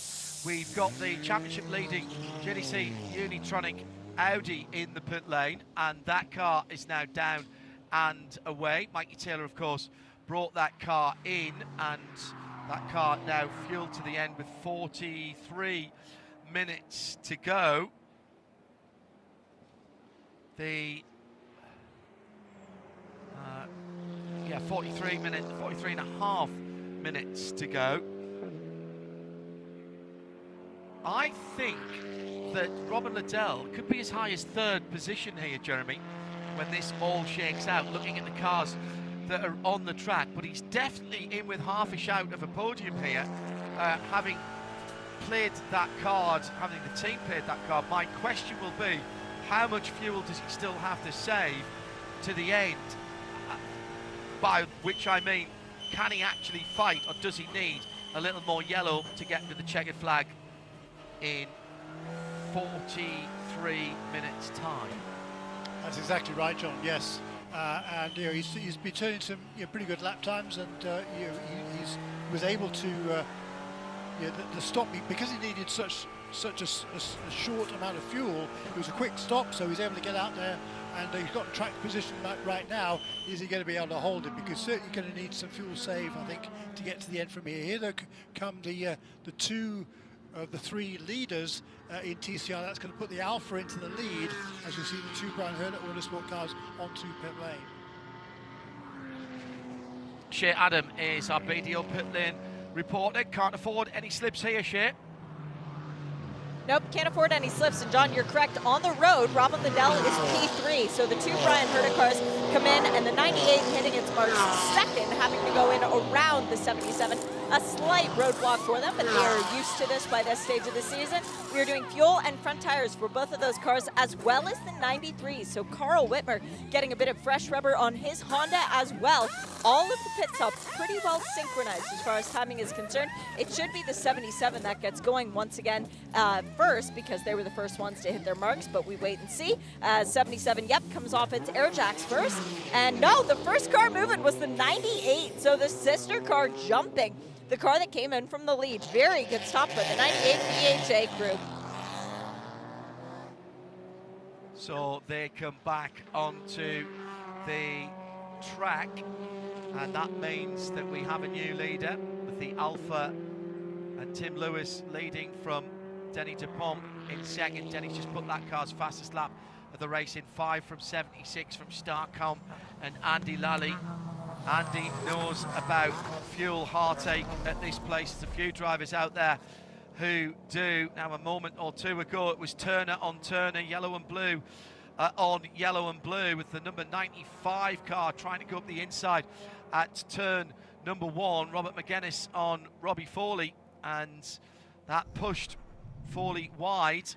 I think he lost a place in GS, although it looked like the Go Racing Audi, excuse me, the number 55 car might have just sneaked through for a moment. 40 minutes to go at IMSA Radio if you want to get in touch with us. What a cracking race this is boiling up to be. Little hip and shoulder there down at Canada Corner has cost a little bit of real estate for the Audi of, it's John Morley in that car now, isn't it? Number, no, that was the Larry Pegram car, excuse me. The other dark grey Audi, 72, dark grey, dark blue. My apologies for that. John Morley still running nicely, right in behind Mikey Taylor, the Unitronic JDC. They've made their second stops as the top cars are coming into the pit lane there. Should cycle through, that the leaders get back in the lead, of course. It's all about how much fuel and how quickly you can turn the cars around, but it is very, very close indeed at the front of the field, where at the moment Daniel Morad, who has not yet made a second pit stop, leads Ross Chastain by 16 seconds. Chastain's just put the Aston Martin number 16, the Skip Barber Racing car's fastest lap of the race in, a 2:19.202, and he's got a couple of seconds on the Porsche of Zarbach Racing, Zarbach Simpson Motorsport, excuse me, Sebastian Carrazzo in the 67. None of those cars, I believe, have made their final pit stops as yet, Jeremy. Correct. That's right. Those top 3 in TCR still to make a pit stop. There's JP Sun in number 45, Ruckus Racing. In the pit lane. Aston Martin. Yeah, sort of in the pit lane. Parked across the acceleration lane. Don't know if he needs a hand finding his pit box there, but that didn't look good. However, I don't... right, he's trying to go behind the wall, but actually I think you do that and pit out, which is what he's been told by one of our hard-working IMSA pit lane officials. So problem for the Ruckus Racing car. She's just confirmed that in my ears. Whew, wow. Well, this has been an absolute belter so far. The TCR race at the moment has the 77 of Bryson Morris leading the 2 stock cars from Mark Wilkins by nearly a couple of seconds there. Then Mikey Taylor would be 3rd from Carl Whitmer in the Honda Civic, and John Morley for Roadshagger. Those would be your top 5, and I think Tyler Gonzalez actually, yeah, Tyler Gonzalez, who, that car, the number 99, Victor Gonzalez Racing Hyundai, has the fastest TCR lap of the race. And those 6, I think, will be the top 6 when the cars that are currently running 4th, 5th and 6th overall make their second stop. I cannot believe they are going to try and go to the end of the race. Andy Lally was in 15 laps ago. Well, let's see. Yeah, that was during the caution, along with everybody else who went green, what, with 66 minutes to go. So, yeah, it's going to be a bit of a stretch for Andy, but if there's a full course caution, yeah, perhaps it can work in his favour. Yellow and black Hyundai not sounding healthy at all, says Deadly Murloc. Now they've got a couple of no, that might be an Audi actually, rather than a Hyundai. But, let's have a listen next time it comes across the start-finish line. That will have pretty Shear's attention as our BDO pit lane reporter. Still to come this afternoon, of course, we have 3 15-minute qualifying sessions to set the grid for tomorrow's IMSA WeatherTech SportsCar Championship. So in the early to mid-evening in the UK and Europe. Don't tune away. Have that for you, and that is in sound and vision for everybody, by the way, whether you're in the US or not. Daniel Morad is leaning on this car, but his last lap in the Winward race at Mercedes was a 2:19.3 as into the pit lane from the lead of TCR, the Alpha of Tim Lewis. 35 minutes to go here, Shay. I suspect this will be a splash and go. In fact, you're right too, John, but no, they are going to do front tires on the mighty Alpha. Tim Lewis staying aboard, as you would expect, needs a little bit more fuel, so perhaps they're taking advantage of the time needed. Now, one thing that Dr. Will Talley said to me off mic, the track is very, very slippery, and especially compared to last year, they think it's about 2 seconds a lap slower. So perhaps this little bit of a grip advantage might just be what Tim Lewis needs to get to the front of the field. Tire change is done, car off the air jacks, rolling again. Let's see if the Alpha can make it 4 in a row. Car he needed to beat out is I reckon, the number 77, and that's just coming up the hill now. This is going to be closer than I thought. There goes the Mia McLaren. Here comes the TGM car. Where is the Hyundai? It should be on the top of the brow of the hill. Now it is. This is going to be much closer than we thought.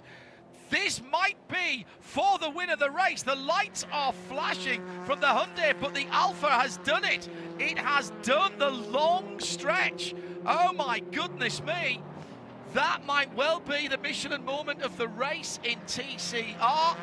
They've got to hang on to it. The Michelins will not be up to temperature and pressure on the front. He's through turn 3 under the Sargento Bridge.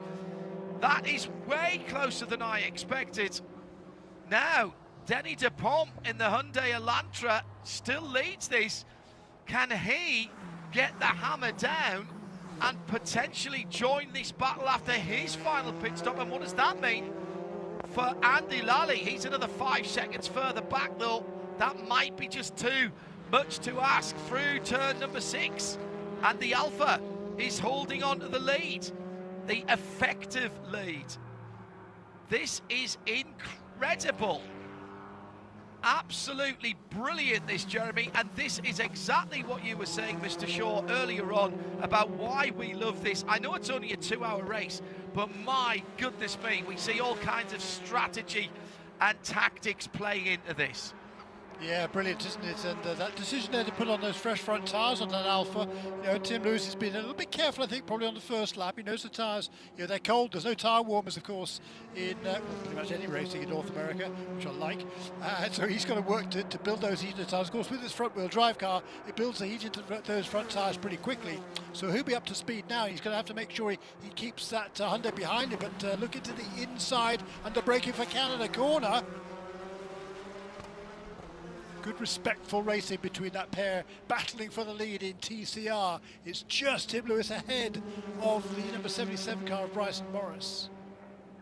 And now we'll see who's got the ponies on these front-wheel drive machines.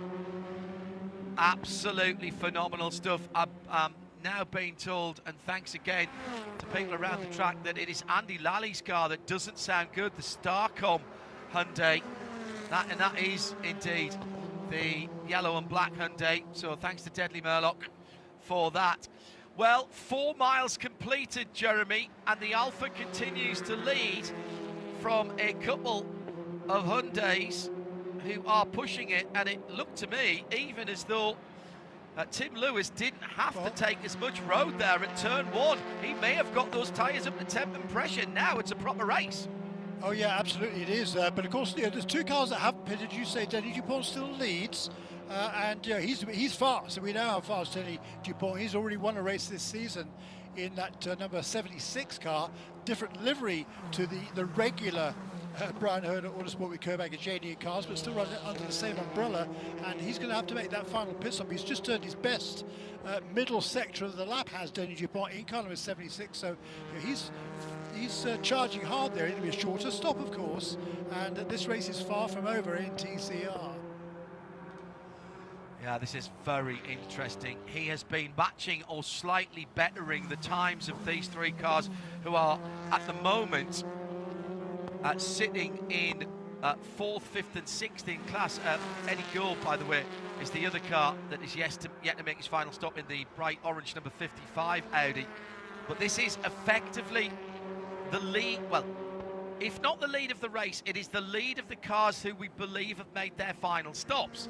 And now the Alpha has pulled away by about half to 3/4 of a second, and Denny Dupont's just put that fast lap in, 2:18.8. These cars battling together. Tim Lewis was on an outlap, but a 2:20 for Bryson Morris, a 2:19.4 for Mark Wilkins. This is interesting because the Alpha got ahead by a reasonable margin, and I think they're leaving Denny out whilst he's still got the pace, Jeremy, to see if he can actually jump over and leapfrog these three cars, because he's still got pace in that number 76 Hyundai Elantra. He does, as you say, fastest lap of the race there for Denny Dupont, 2:18.8 for him. The fastest lap of the race in TCR is a 2:18.3. That's by Mark Wilkins, who's currently running in the, in the 6th position in the class. Three of those cars, I think, have yet to make another pit stop.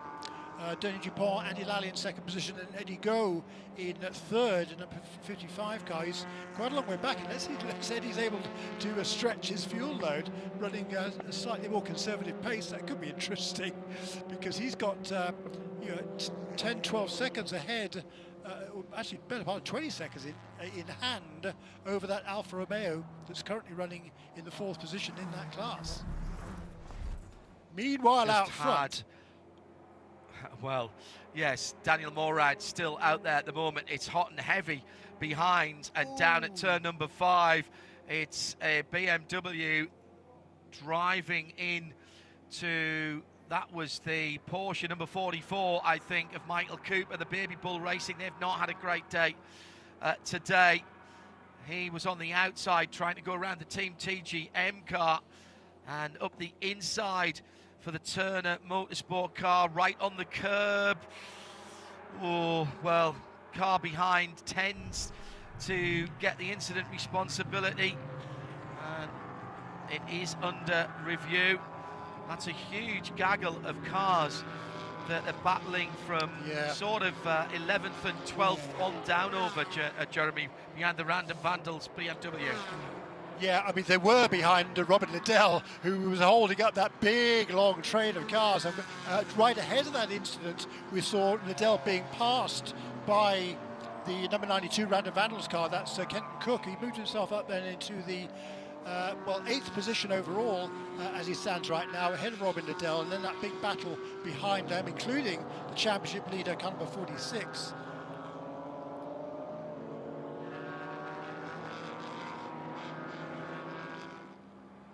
Shea Adam just telling me on our talkback system that she's spoken to some of the teams up and down, and it will surprise you not at all that that number 71 car of Robin Riddell and the Rebel Rock Racing machine does need some safety car help to get to the end of the race.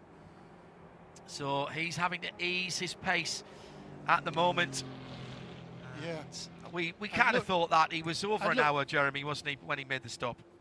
Yeah, and the number 57 car is staying out, isn't he? Daniel Morad, we've seen in the past, he's been a master fuel save as well. I don't see any way that number 57 car can get to the end of this race without making another stop. And of course, that Skip Barber, Aston Martin, is running in 2nd position. Ross Chastain doing a pretty respectable job. His last lap was was about a second slower than his best in that car, which was, you know, so he's running very nicely. The damage to the back end of that car, that was from that early incident, wasn't it, with Robin Liddell, and he's now got pressure Correct. from behind with Sebastian Carrazzo in the Chabok Simpson Porsche. So Ross Chastain, he's learning a lot in this race, I can tell you that. I'm sure he's having a lot of fun. Yeah, it wasn't Robin Liddell, it was Frank DePue who was in the car at that point, but yes, you had course. the right car. No, that's absolutely fine. I just don't want Robin twisting my arm the next time I see him. Sebastian Carrazzo has just taken actual second place away from Ross Chastain. These cars still to make their final stop. There is a bit of damage, as Jeremy says, on the back of that red, white and black Skip Barber Aston Martin, and the race control will be looking at that. They don't want to have big pieces of carbon fibre falling off cars. We had that on the Random Vandals car, remember, and that did cause a full course yellow. But this is a good run so far. I'm just looking. Daniel Morad is some... Wow, what is he ahead of the first car that's done it? He's 38 seconds ahead of Stephen McAleer. That's not enough to do a pit stop, but there's some big gaps behind Stephen McAleer in the RS1 Porsche. So, for example, next up would be Jack Hawksworth, who's 45 seconds, and then 49 seconds behind is the Archangel Motorsport. So it may be a podium. I mean, they're not in the championship hunt for some of those guys, whereas of course Winward Racing absolutely are. So this is an interesting tactic here for the leading car, the number 57. He's staying out this time. He's not heading to the pit lane, but by no means will a short splash and go drop him out of a decent points haul this weekend. Absolutely right. No, it's been a super run. You know, having taken over from Bryce Ward. We know how good Daniel Morad is, and unfortunately this year he hasn't had a chance to show it very often. They've had all sorts of bad luck, and Bryce was involved in a couple of incidents, not of his making primarily, but now we're seeing how good Daniel is. He's turning good, consistent laps at the front here. I'm sure he's trying to save some fuel in the hope there's going to be a big accident and a lengthy full course caution, which I think is what he's going to need to get to the end from here. But yeah, he'll be just loving the opportunity. I mean, he knows this Mercedes isn't the fastest car given the current balance of performance, so he's just going to make hay while the sun is literally quite shining here at Road America. He's running out front and loving it. Yeah, 24 minutes, let's call it, still remaining, and I can see Shea Adam walking purposefully towards the number 57 Winward team, and just watching that car coming across the start-finish line, it sounded to me as though Daniel was lifting quite early, maybe as early as somewhere near pit out. It's always hard from the cameras to work that out, but he's clearly on full fuel save mode at the moment, and what he's basically saying is to Stephen McAleer, you've got 23 minutes to make up something in the region of 36 seconds, which it is at the moment. Oh, big contact with the number 39, again the carbon car going up alongside one of the Mustangs and getting another little tap.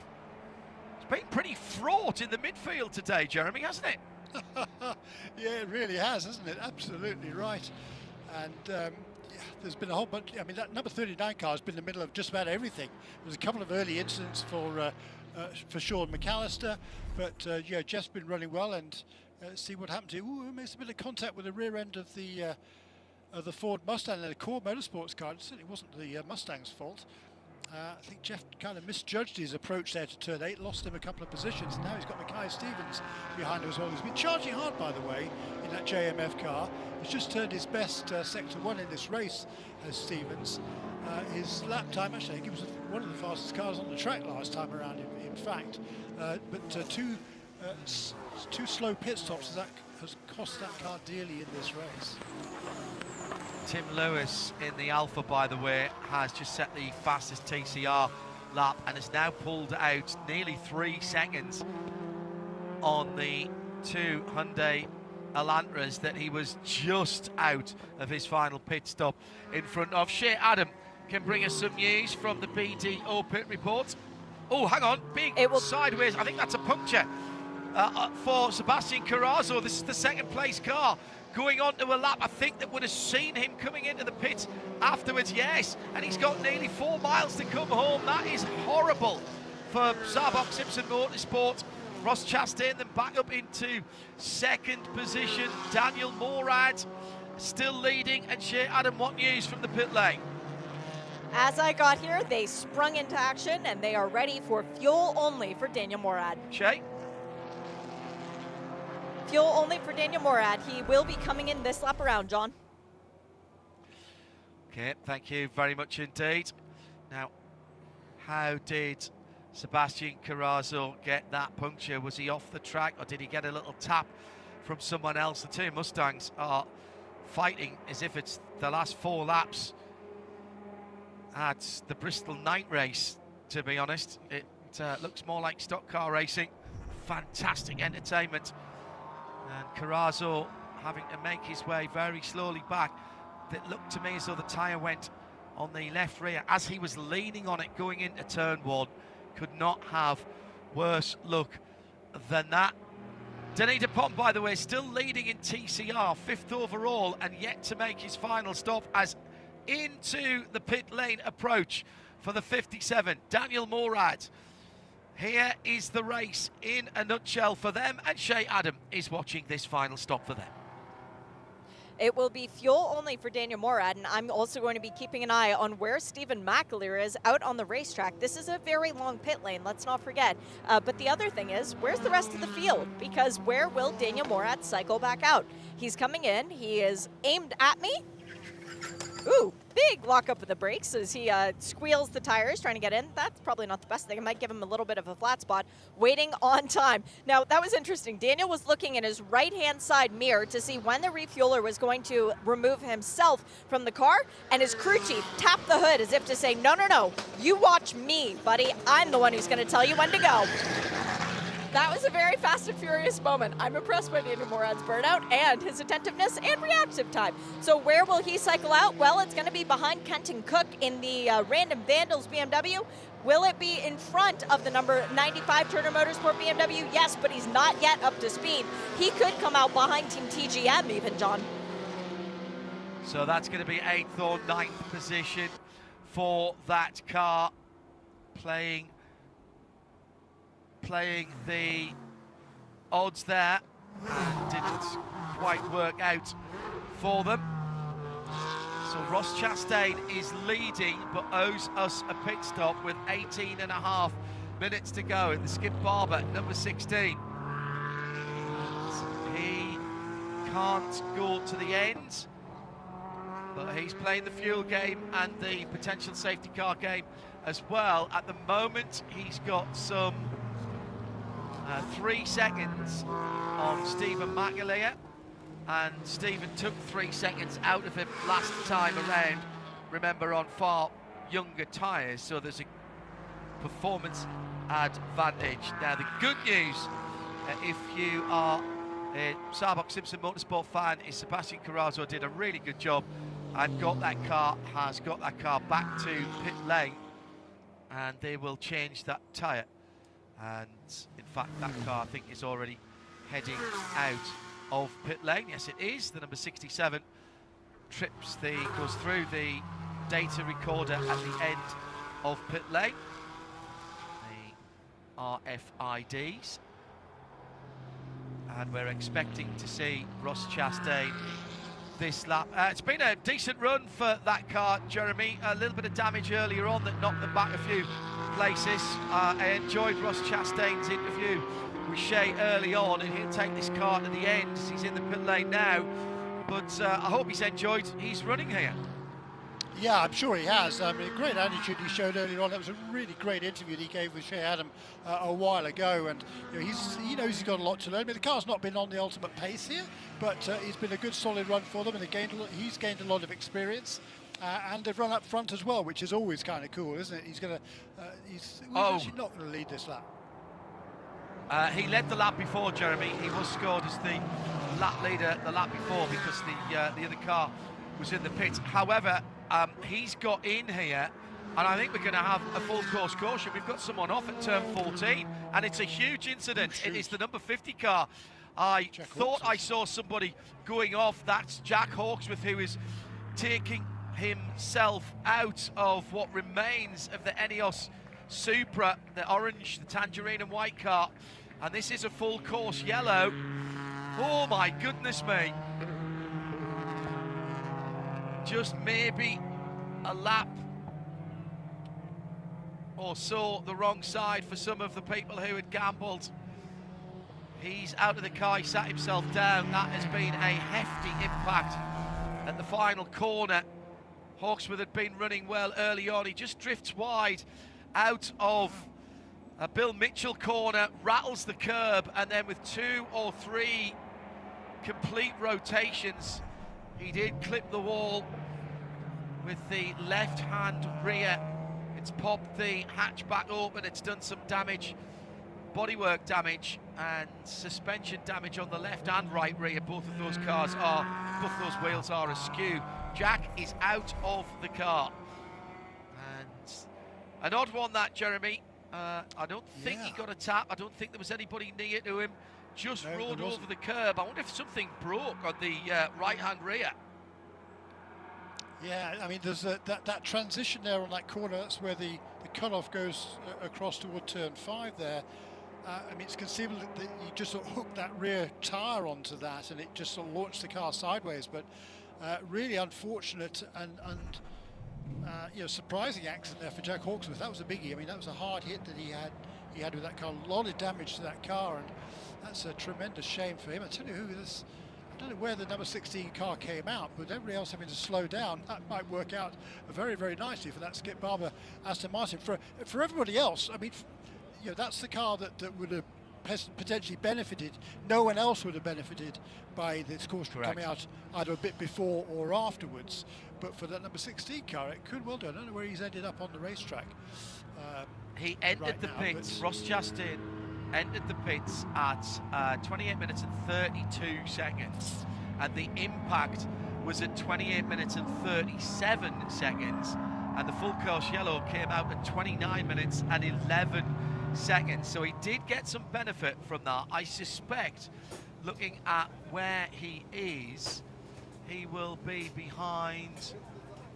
Well, he's going to have. I think he's going to be behind Spencer Pumpelly. So I think he is behind the majority of the GS field. Okay, fine. What's interesting about this now, though, is with this caution, 13 minutes to go, it's going to be a fairly lengthy cleanup. The number 76 car, nor the number 12 in TCR, has made their anticipated second stop.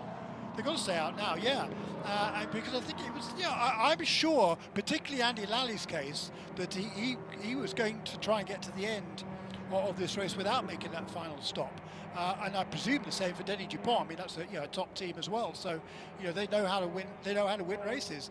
But the bad news is, before we go back to green, there's going to be a class reset, which puts all the GS cars ahead of the TCR. So that means Denny Dupont is going to go all the way back. I mean, right now, he's got 15 GS cars between himself and Andy Lally, who has just one GS cars between himself and the rest of the pack in TCR. But when we go back to green, they're all going to be nose to tail again, and that's bad news for the guys who are, who've been saving fuel.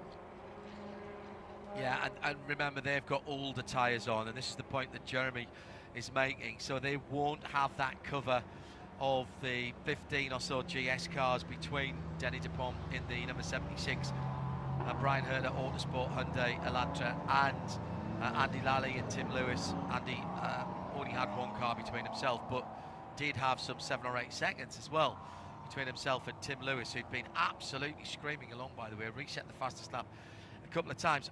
Ladies and gentlemen, our Michelin moment of the race requires nominating for each class. We've got a dozen or so minutes to go in TCR. Right now, it's going to be a tough one, but I'm certainly thinking of the Alpha and KMW Motorsports. However, it could work the way of the number 76 as well, the Brian Herter car that has stayed out. They've had a wee bit of help from the yellows. It was pace that got Tim Lewis ahead of the two Brian Herter Hyundai Elantras, and actually whether or not he wins, that still might be my nomination. In GS, it's been a very good race indeed for Random Vandals Racing, with Kenton Cook sitting in third position at the moment over in the GS category. Archangel Motorsport have done a good job as well. Has made some decent overtakes. Yeah. Shea, Adam, your thoughts for TCR? There's going to be no pass around. This is a short yellow, of course, because we are within sight of the finish of the race. So you can't pit anyway, even if you wanted to. Shea, Adam, but we will still do the reordering of the field. That's the key thing. Shea, Adam, TCR moment of the race for now, and I accept that might change in the next 11 minutes. TCR moment of the race, I'm going to say Andy Lally's going to do something spectacular coming up, and go with that as the option, because Andy Lally does Andy Lally things.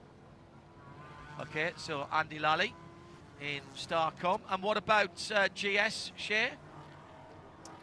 Ooh, this one's tough.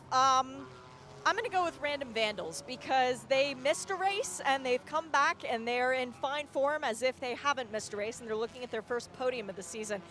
But the special nomination as well to Archangel Motorsport, because when it comes to these fuel races, well, they seem to be at the front of the field in those. So we are going back to green with 10 minutes exactly on the clock, and the pit lane is now open for everybody, not whilst we're yellow. I don't think anybody will go. So did we actually reorder the field? I don't think we did, Jeremy. So that is advantage Denny Dupont, because he has just let 2 or 3 GS cars go by, but that's a huge advantage for Brian Herter Autosport and Denny Dupont. Yes, they packed everybody up, but there's still cars to get by them. My goodness me. And a huge battle on behind RS1 with the Aston Martin, the BMW, and the second Aston Martin of Valentin Asclot. So that's Archangel, Random Vandals, and Van der Steur Racing having a cracking scrap. So Denny Dupont now in a little bit of a quandary. He doesn't need to fight the GT4 cars, but he's got to try and not get his worn Michelin tyres dirty.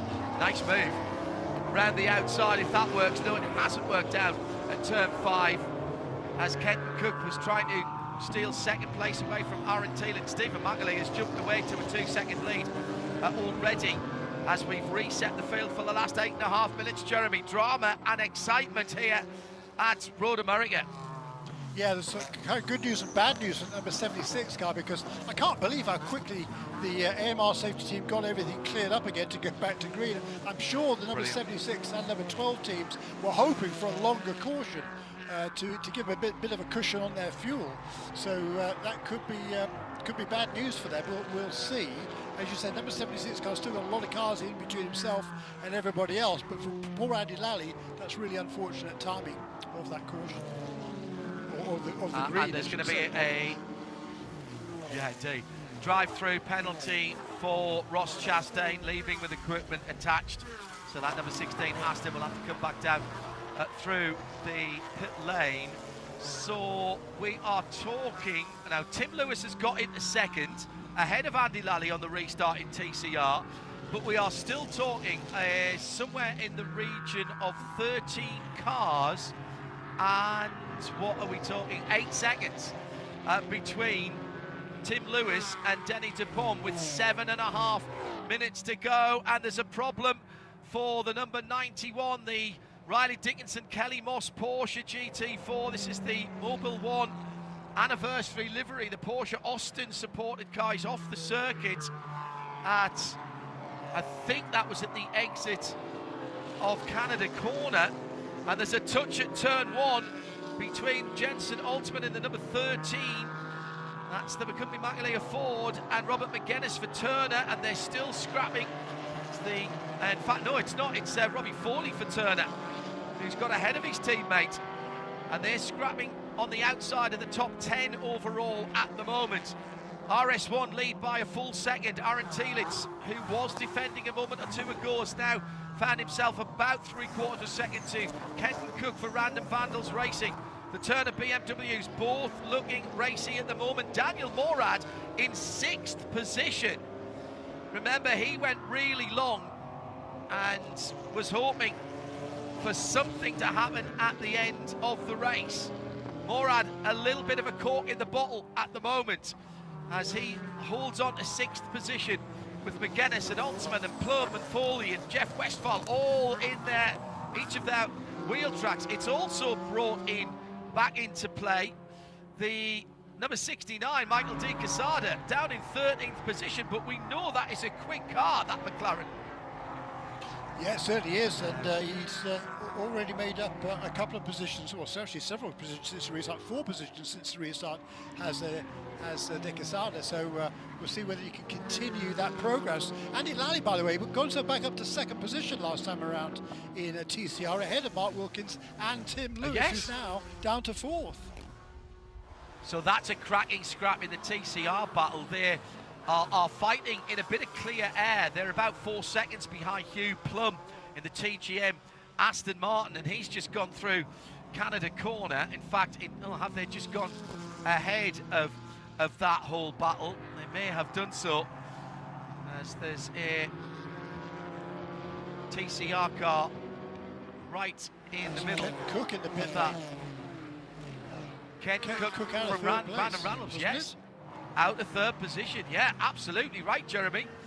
So the blue and white Hyundai crossing the line now is the leader in TCR, and Denny DuPont now just 9 seconds ahead of the battle for second, and just one car, Hugh Plum, between them. Hugh Plum's just put his fastest lap of the race in the number 64 Aston Martin, as he's trying to get back on to the battle from, what, 14th all the way pretty much up into 10th, maybe even in the top 10 there. Yeah, yes it is, my goodness me. That is a huge battle. That's all the way up to Daniel Morad in 5th. Incredible. Shay Adam, give us a quick BDO pit report on the Kenton Cook Random Vandals car. No service, they just open the passenger side of the car, reset something, and send Kenton back out. Right, okay. Fabulous battle from 5th down to 4th. Yeah, well, down to 14th are absolutely line astern, and the leaders are only a few car lengths ahead of that, and all of a sudden Aaron Tielitz has closed on the number 28, the Porsche RS1 of Stephen McAleer. This is brilliant stuff, absolutely brilliant. 4 minutes to go. Yeah, and Tielitz there in that green and black Archangel Aston Martin, going for his 2nd win of the season with Todd Coleman. They won at the Mid-Ohio Sports Car Course. That was where the Michelin Pilot Challenge was a headline event. And it's certainly the headline event here today at Road America, and Aaron Tielitz wants win number 2. This is his home state, of course. He's from Rice Lake, northern Wisconsin, so he is absolutely on a mission here as Aaron Tielitz in that 2nd place Aston Martin. He wants it from Stephen McAleer in the RS1 Porsche. I think there'll be this one and one more. We will not see the white flag this time around. Yeah, well, I never want this race to end. Can we just let it run? It's fantastic. All right, Michelin moments of the race. We've mentioned a few. Jeremy Shaw before something else kicks off. GS and TCR, 1 nomination for each of your Michelin moments of the race. What do you reckon? I tell you what, Luca Mars has done a heck of a job for Core Motorsports in that Mustang car number 59. He's running in 4th position, right behind Valentin Hasselklo in the Van der Steur Racing Aston Martin. So it's been a great run for them. Jensen Altsman has got himself back up to 5th and McCumbee McAleer Racing. That's a good run also. And Daniel Morad, look, that Mercedes has been struggling all weekend long, and Winward Racing called a great strategy. Daniel Morrad's done a fabulous job to be running in 6th place. I think Daniel Morad and Winward Racing might be my nod in GS, John. In TCR, if Denny Dupont can pull it off, I think it's got to be him. But also Starcom Racing and Andy Lally, just that team's 2nd start in this championship. And Andy Lally, he was on the podium first time out, and he's still running 2nd right now. Between those two for me. Yeah, brilliant stuff. I'm in agreement with Daniel Morad, because that they committed to that, and he has made that work. And I know lift and coast may not be the most exciting thing, but my goodness, he's really made that work. There's been some great moments for TCR and some great racing as well. We've got one more lap after this one before a decision has to be made. And don't forget, we've still got qualifying to come, live in sound and vision for everyone. No blocks, no breaks, no subscriptions required. And we've got about 5.5 miles to go. Oh, a great run by Aaron Thielitz out of the kink. He's right there. We've not seen many overtaking manoeuvres down into Canada corner, which is unusual. He's in the draft. He comes to the right-hand side. He's showing the nose of the green Aston Martin to the red, white, and black Porsche ahead of him. Closes up again. He's really now putting the pressure on Stephen McAleer as we come to the white flag. 1 corner and 4 miles to go. Oh, McAleer decides to defend into turn 14, the final right-hander. That's going to give the Aston a better run, and closes right up. Immediately, Stephen pulls to the right-hand side of the track, now drifting back into the middle.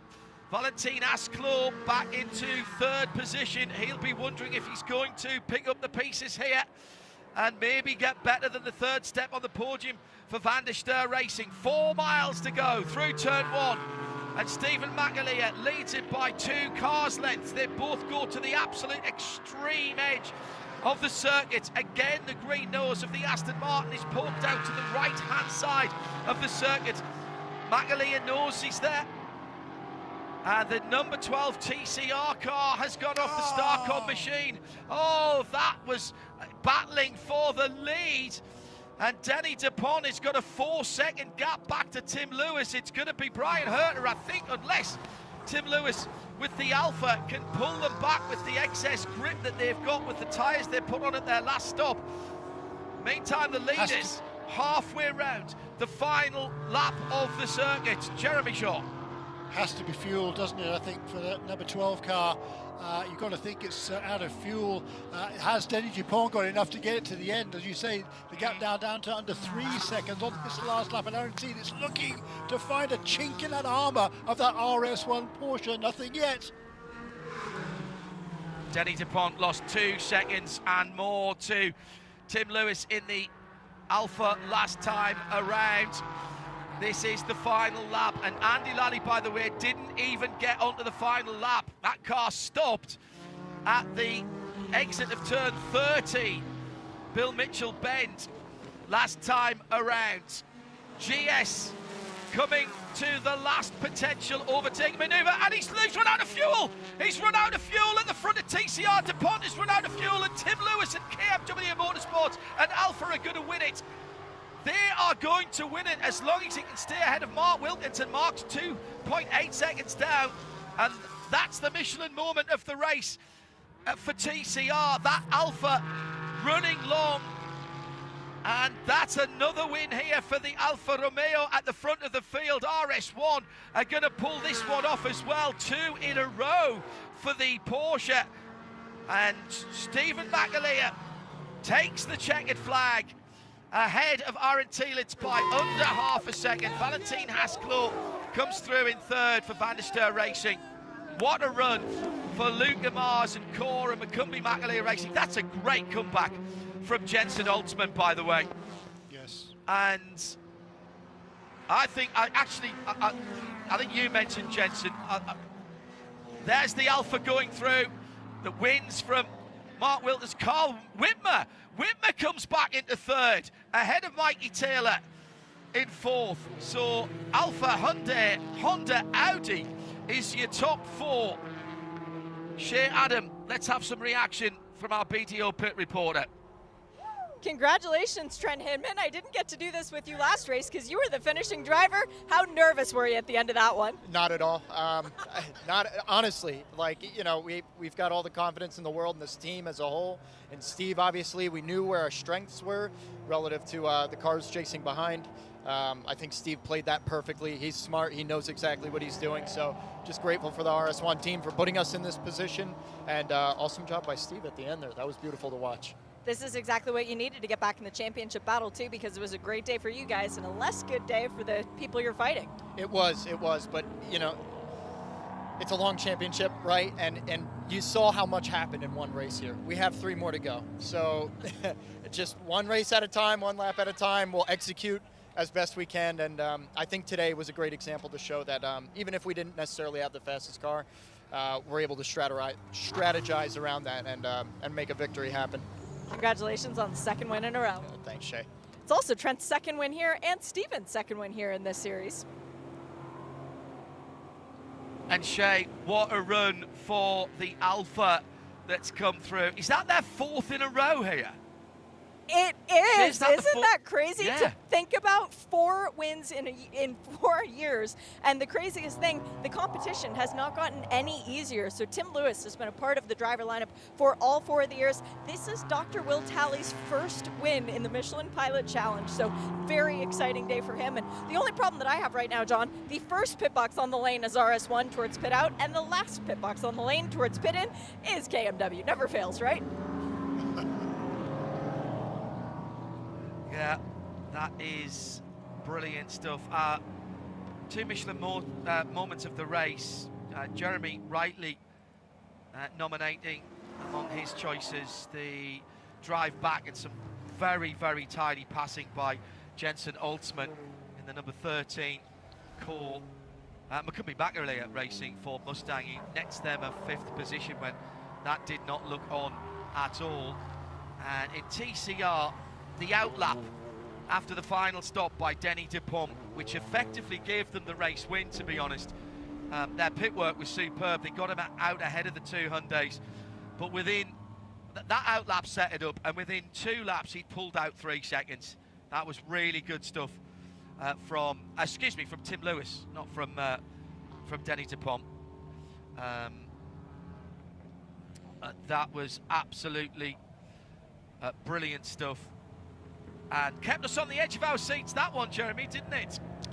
Brilliant. Yeah, absolutely brilliant. It's actually the 2nd win for Dr. Will Talley. He won with Mikey Taylor at Daytona a few years ago. But a tremendous run for him, nonetheless. Certainly his first win in the Alfa Romeo, and that's win number 9 then for Tim Lewis Jr. It was 2021 that Talley won at Daytona. I finished 2nd actually the year before, but that was a fantastic motor race. I've got some points news here, John, if you've got a moment for that. Of course we have, always. Yeah, so we might have to break in if we can get the Alpha team. Yeah. Right, well, let's start with the front. Stephen McAleer and Trent Hinman came into this weekend 4th in the points table. 2nd win in a row gives them a total of 1,800 points. So now just 200 behind Matt Plum and Paul Holton. So they've almost halved that gap coming into this weekend. Rory van der Steur, he will move up into 2nd position ahead of Paul Holton, the co-driver of Matt Plum, who still continues to lead. So Matt Plum in the lead then. Rory van der Steur in 2nd position on 1770 to the 2000 of Matt Plum. And then 1,800, no, McAleer and Trent Hinman will move into 2nd position overall, on 1,800. 30 ahead of Rory van der Steur, and then Paul Holton in 4th. In TCR, that late running out of fuel, very, very costly for number 76 team, because Mikey Taylor and Chris Miller, they finished 4th today. Great points for them. They already held the lead. And with that 4th place finish today, that'll strengthen their lead. So 22.10 to the 19.90 now of Denny Dupont and Preston Brown. The manufacturer championship in TCR, by the way, that's the 3rd different winner. Honda's yet to win a race. They've had 4 pole positions, yet to win. But the first win for Alfa. So it's now 2,300 points for Hyundai, which will move ahead by 20 points of Audi. and then Alfa Romeo will move ahead of Honda for third position in the TCR Manufacturer Championship. Got roughed up in one there a little bit. Well, and this is a thing that we're getting used to. Louis Malone, another win, 4 years in a row. Did you guys think at the beginning of the day that this was where it was going to end? Well, you know, it was a crazy weekend because Tim only got about 3 laps in the car before the race with all the red flags in session 2. But Will did all the setup work on the car this weekend. He qualified it well, and here we are, 4 in a row at this track. For your team to have accomplished this, the mighty little Alpha, what does it mean to all of KMW? It means everything. I mean, we've been at this for a long time, and the team that we have assembled right now is just unbelievable. I mean, when we're on, and we're here in victory lane. Your superstars, enjoy the night. Thank you, Shay. What a victory for the Italian stallion, the Italian Terminator. Car coming through right at the end. They played that brilliantly. A fabulous outlap after the final stop. They went long, they played the tactical game, but Tim Lewis had to hold off those two Hyundais, and that's earned him the Michelin moment of the race as well. And RS1, faultless race again for them, 2 on the bounce. But you could tell a story about pretty much everybody up and down the field. We have had brilliant entertainment, and it's not over yet. Remember, we've got qualifying for the IMSA WeatherTech SportsCar Championship, plus 3 races tomorrow as well. It's congratulations to KMW Motorsports and the Alpha team, and to RS1, their win in TCR and in GS. Jeremy Shaw was alongside me in the Ford Performance Global Broadcast Centre. Our BDO pit reporter was Shay Adam. Whew, let's go and lie down in a darkened room and take some very deep breaths.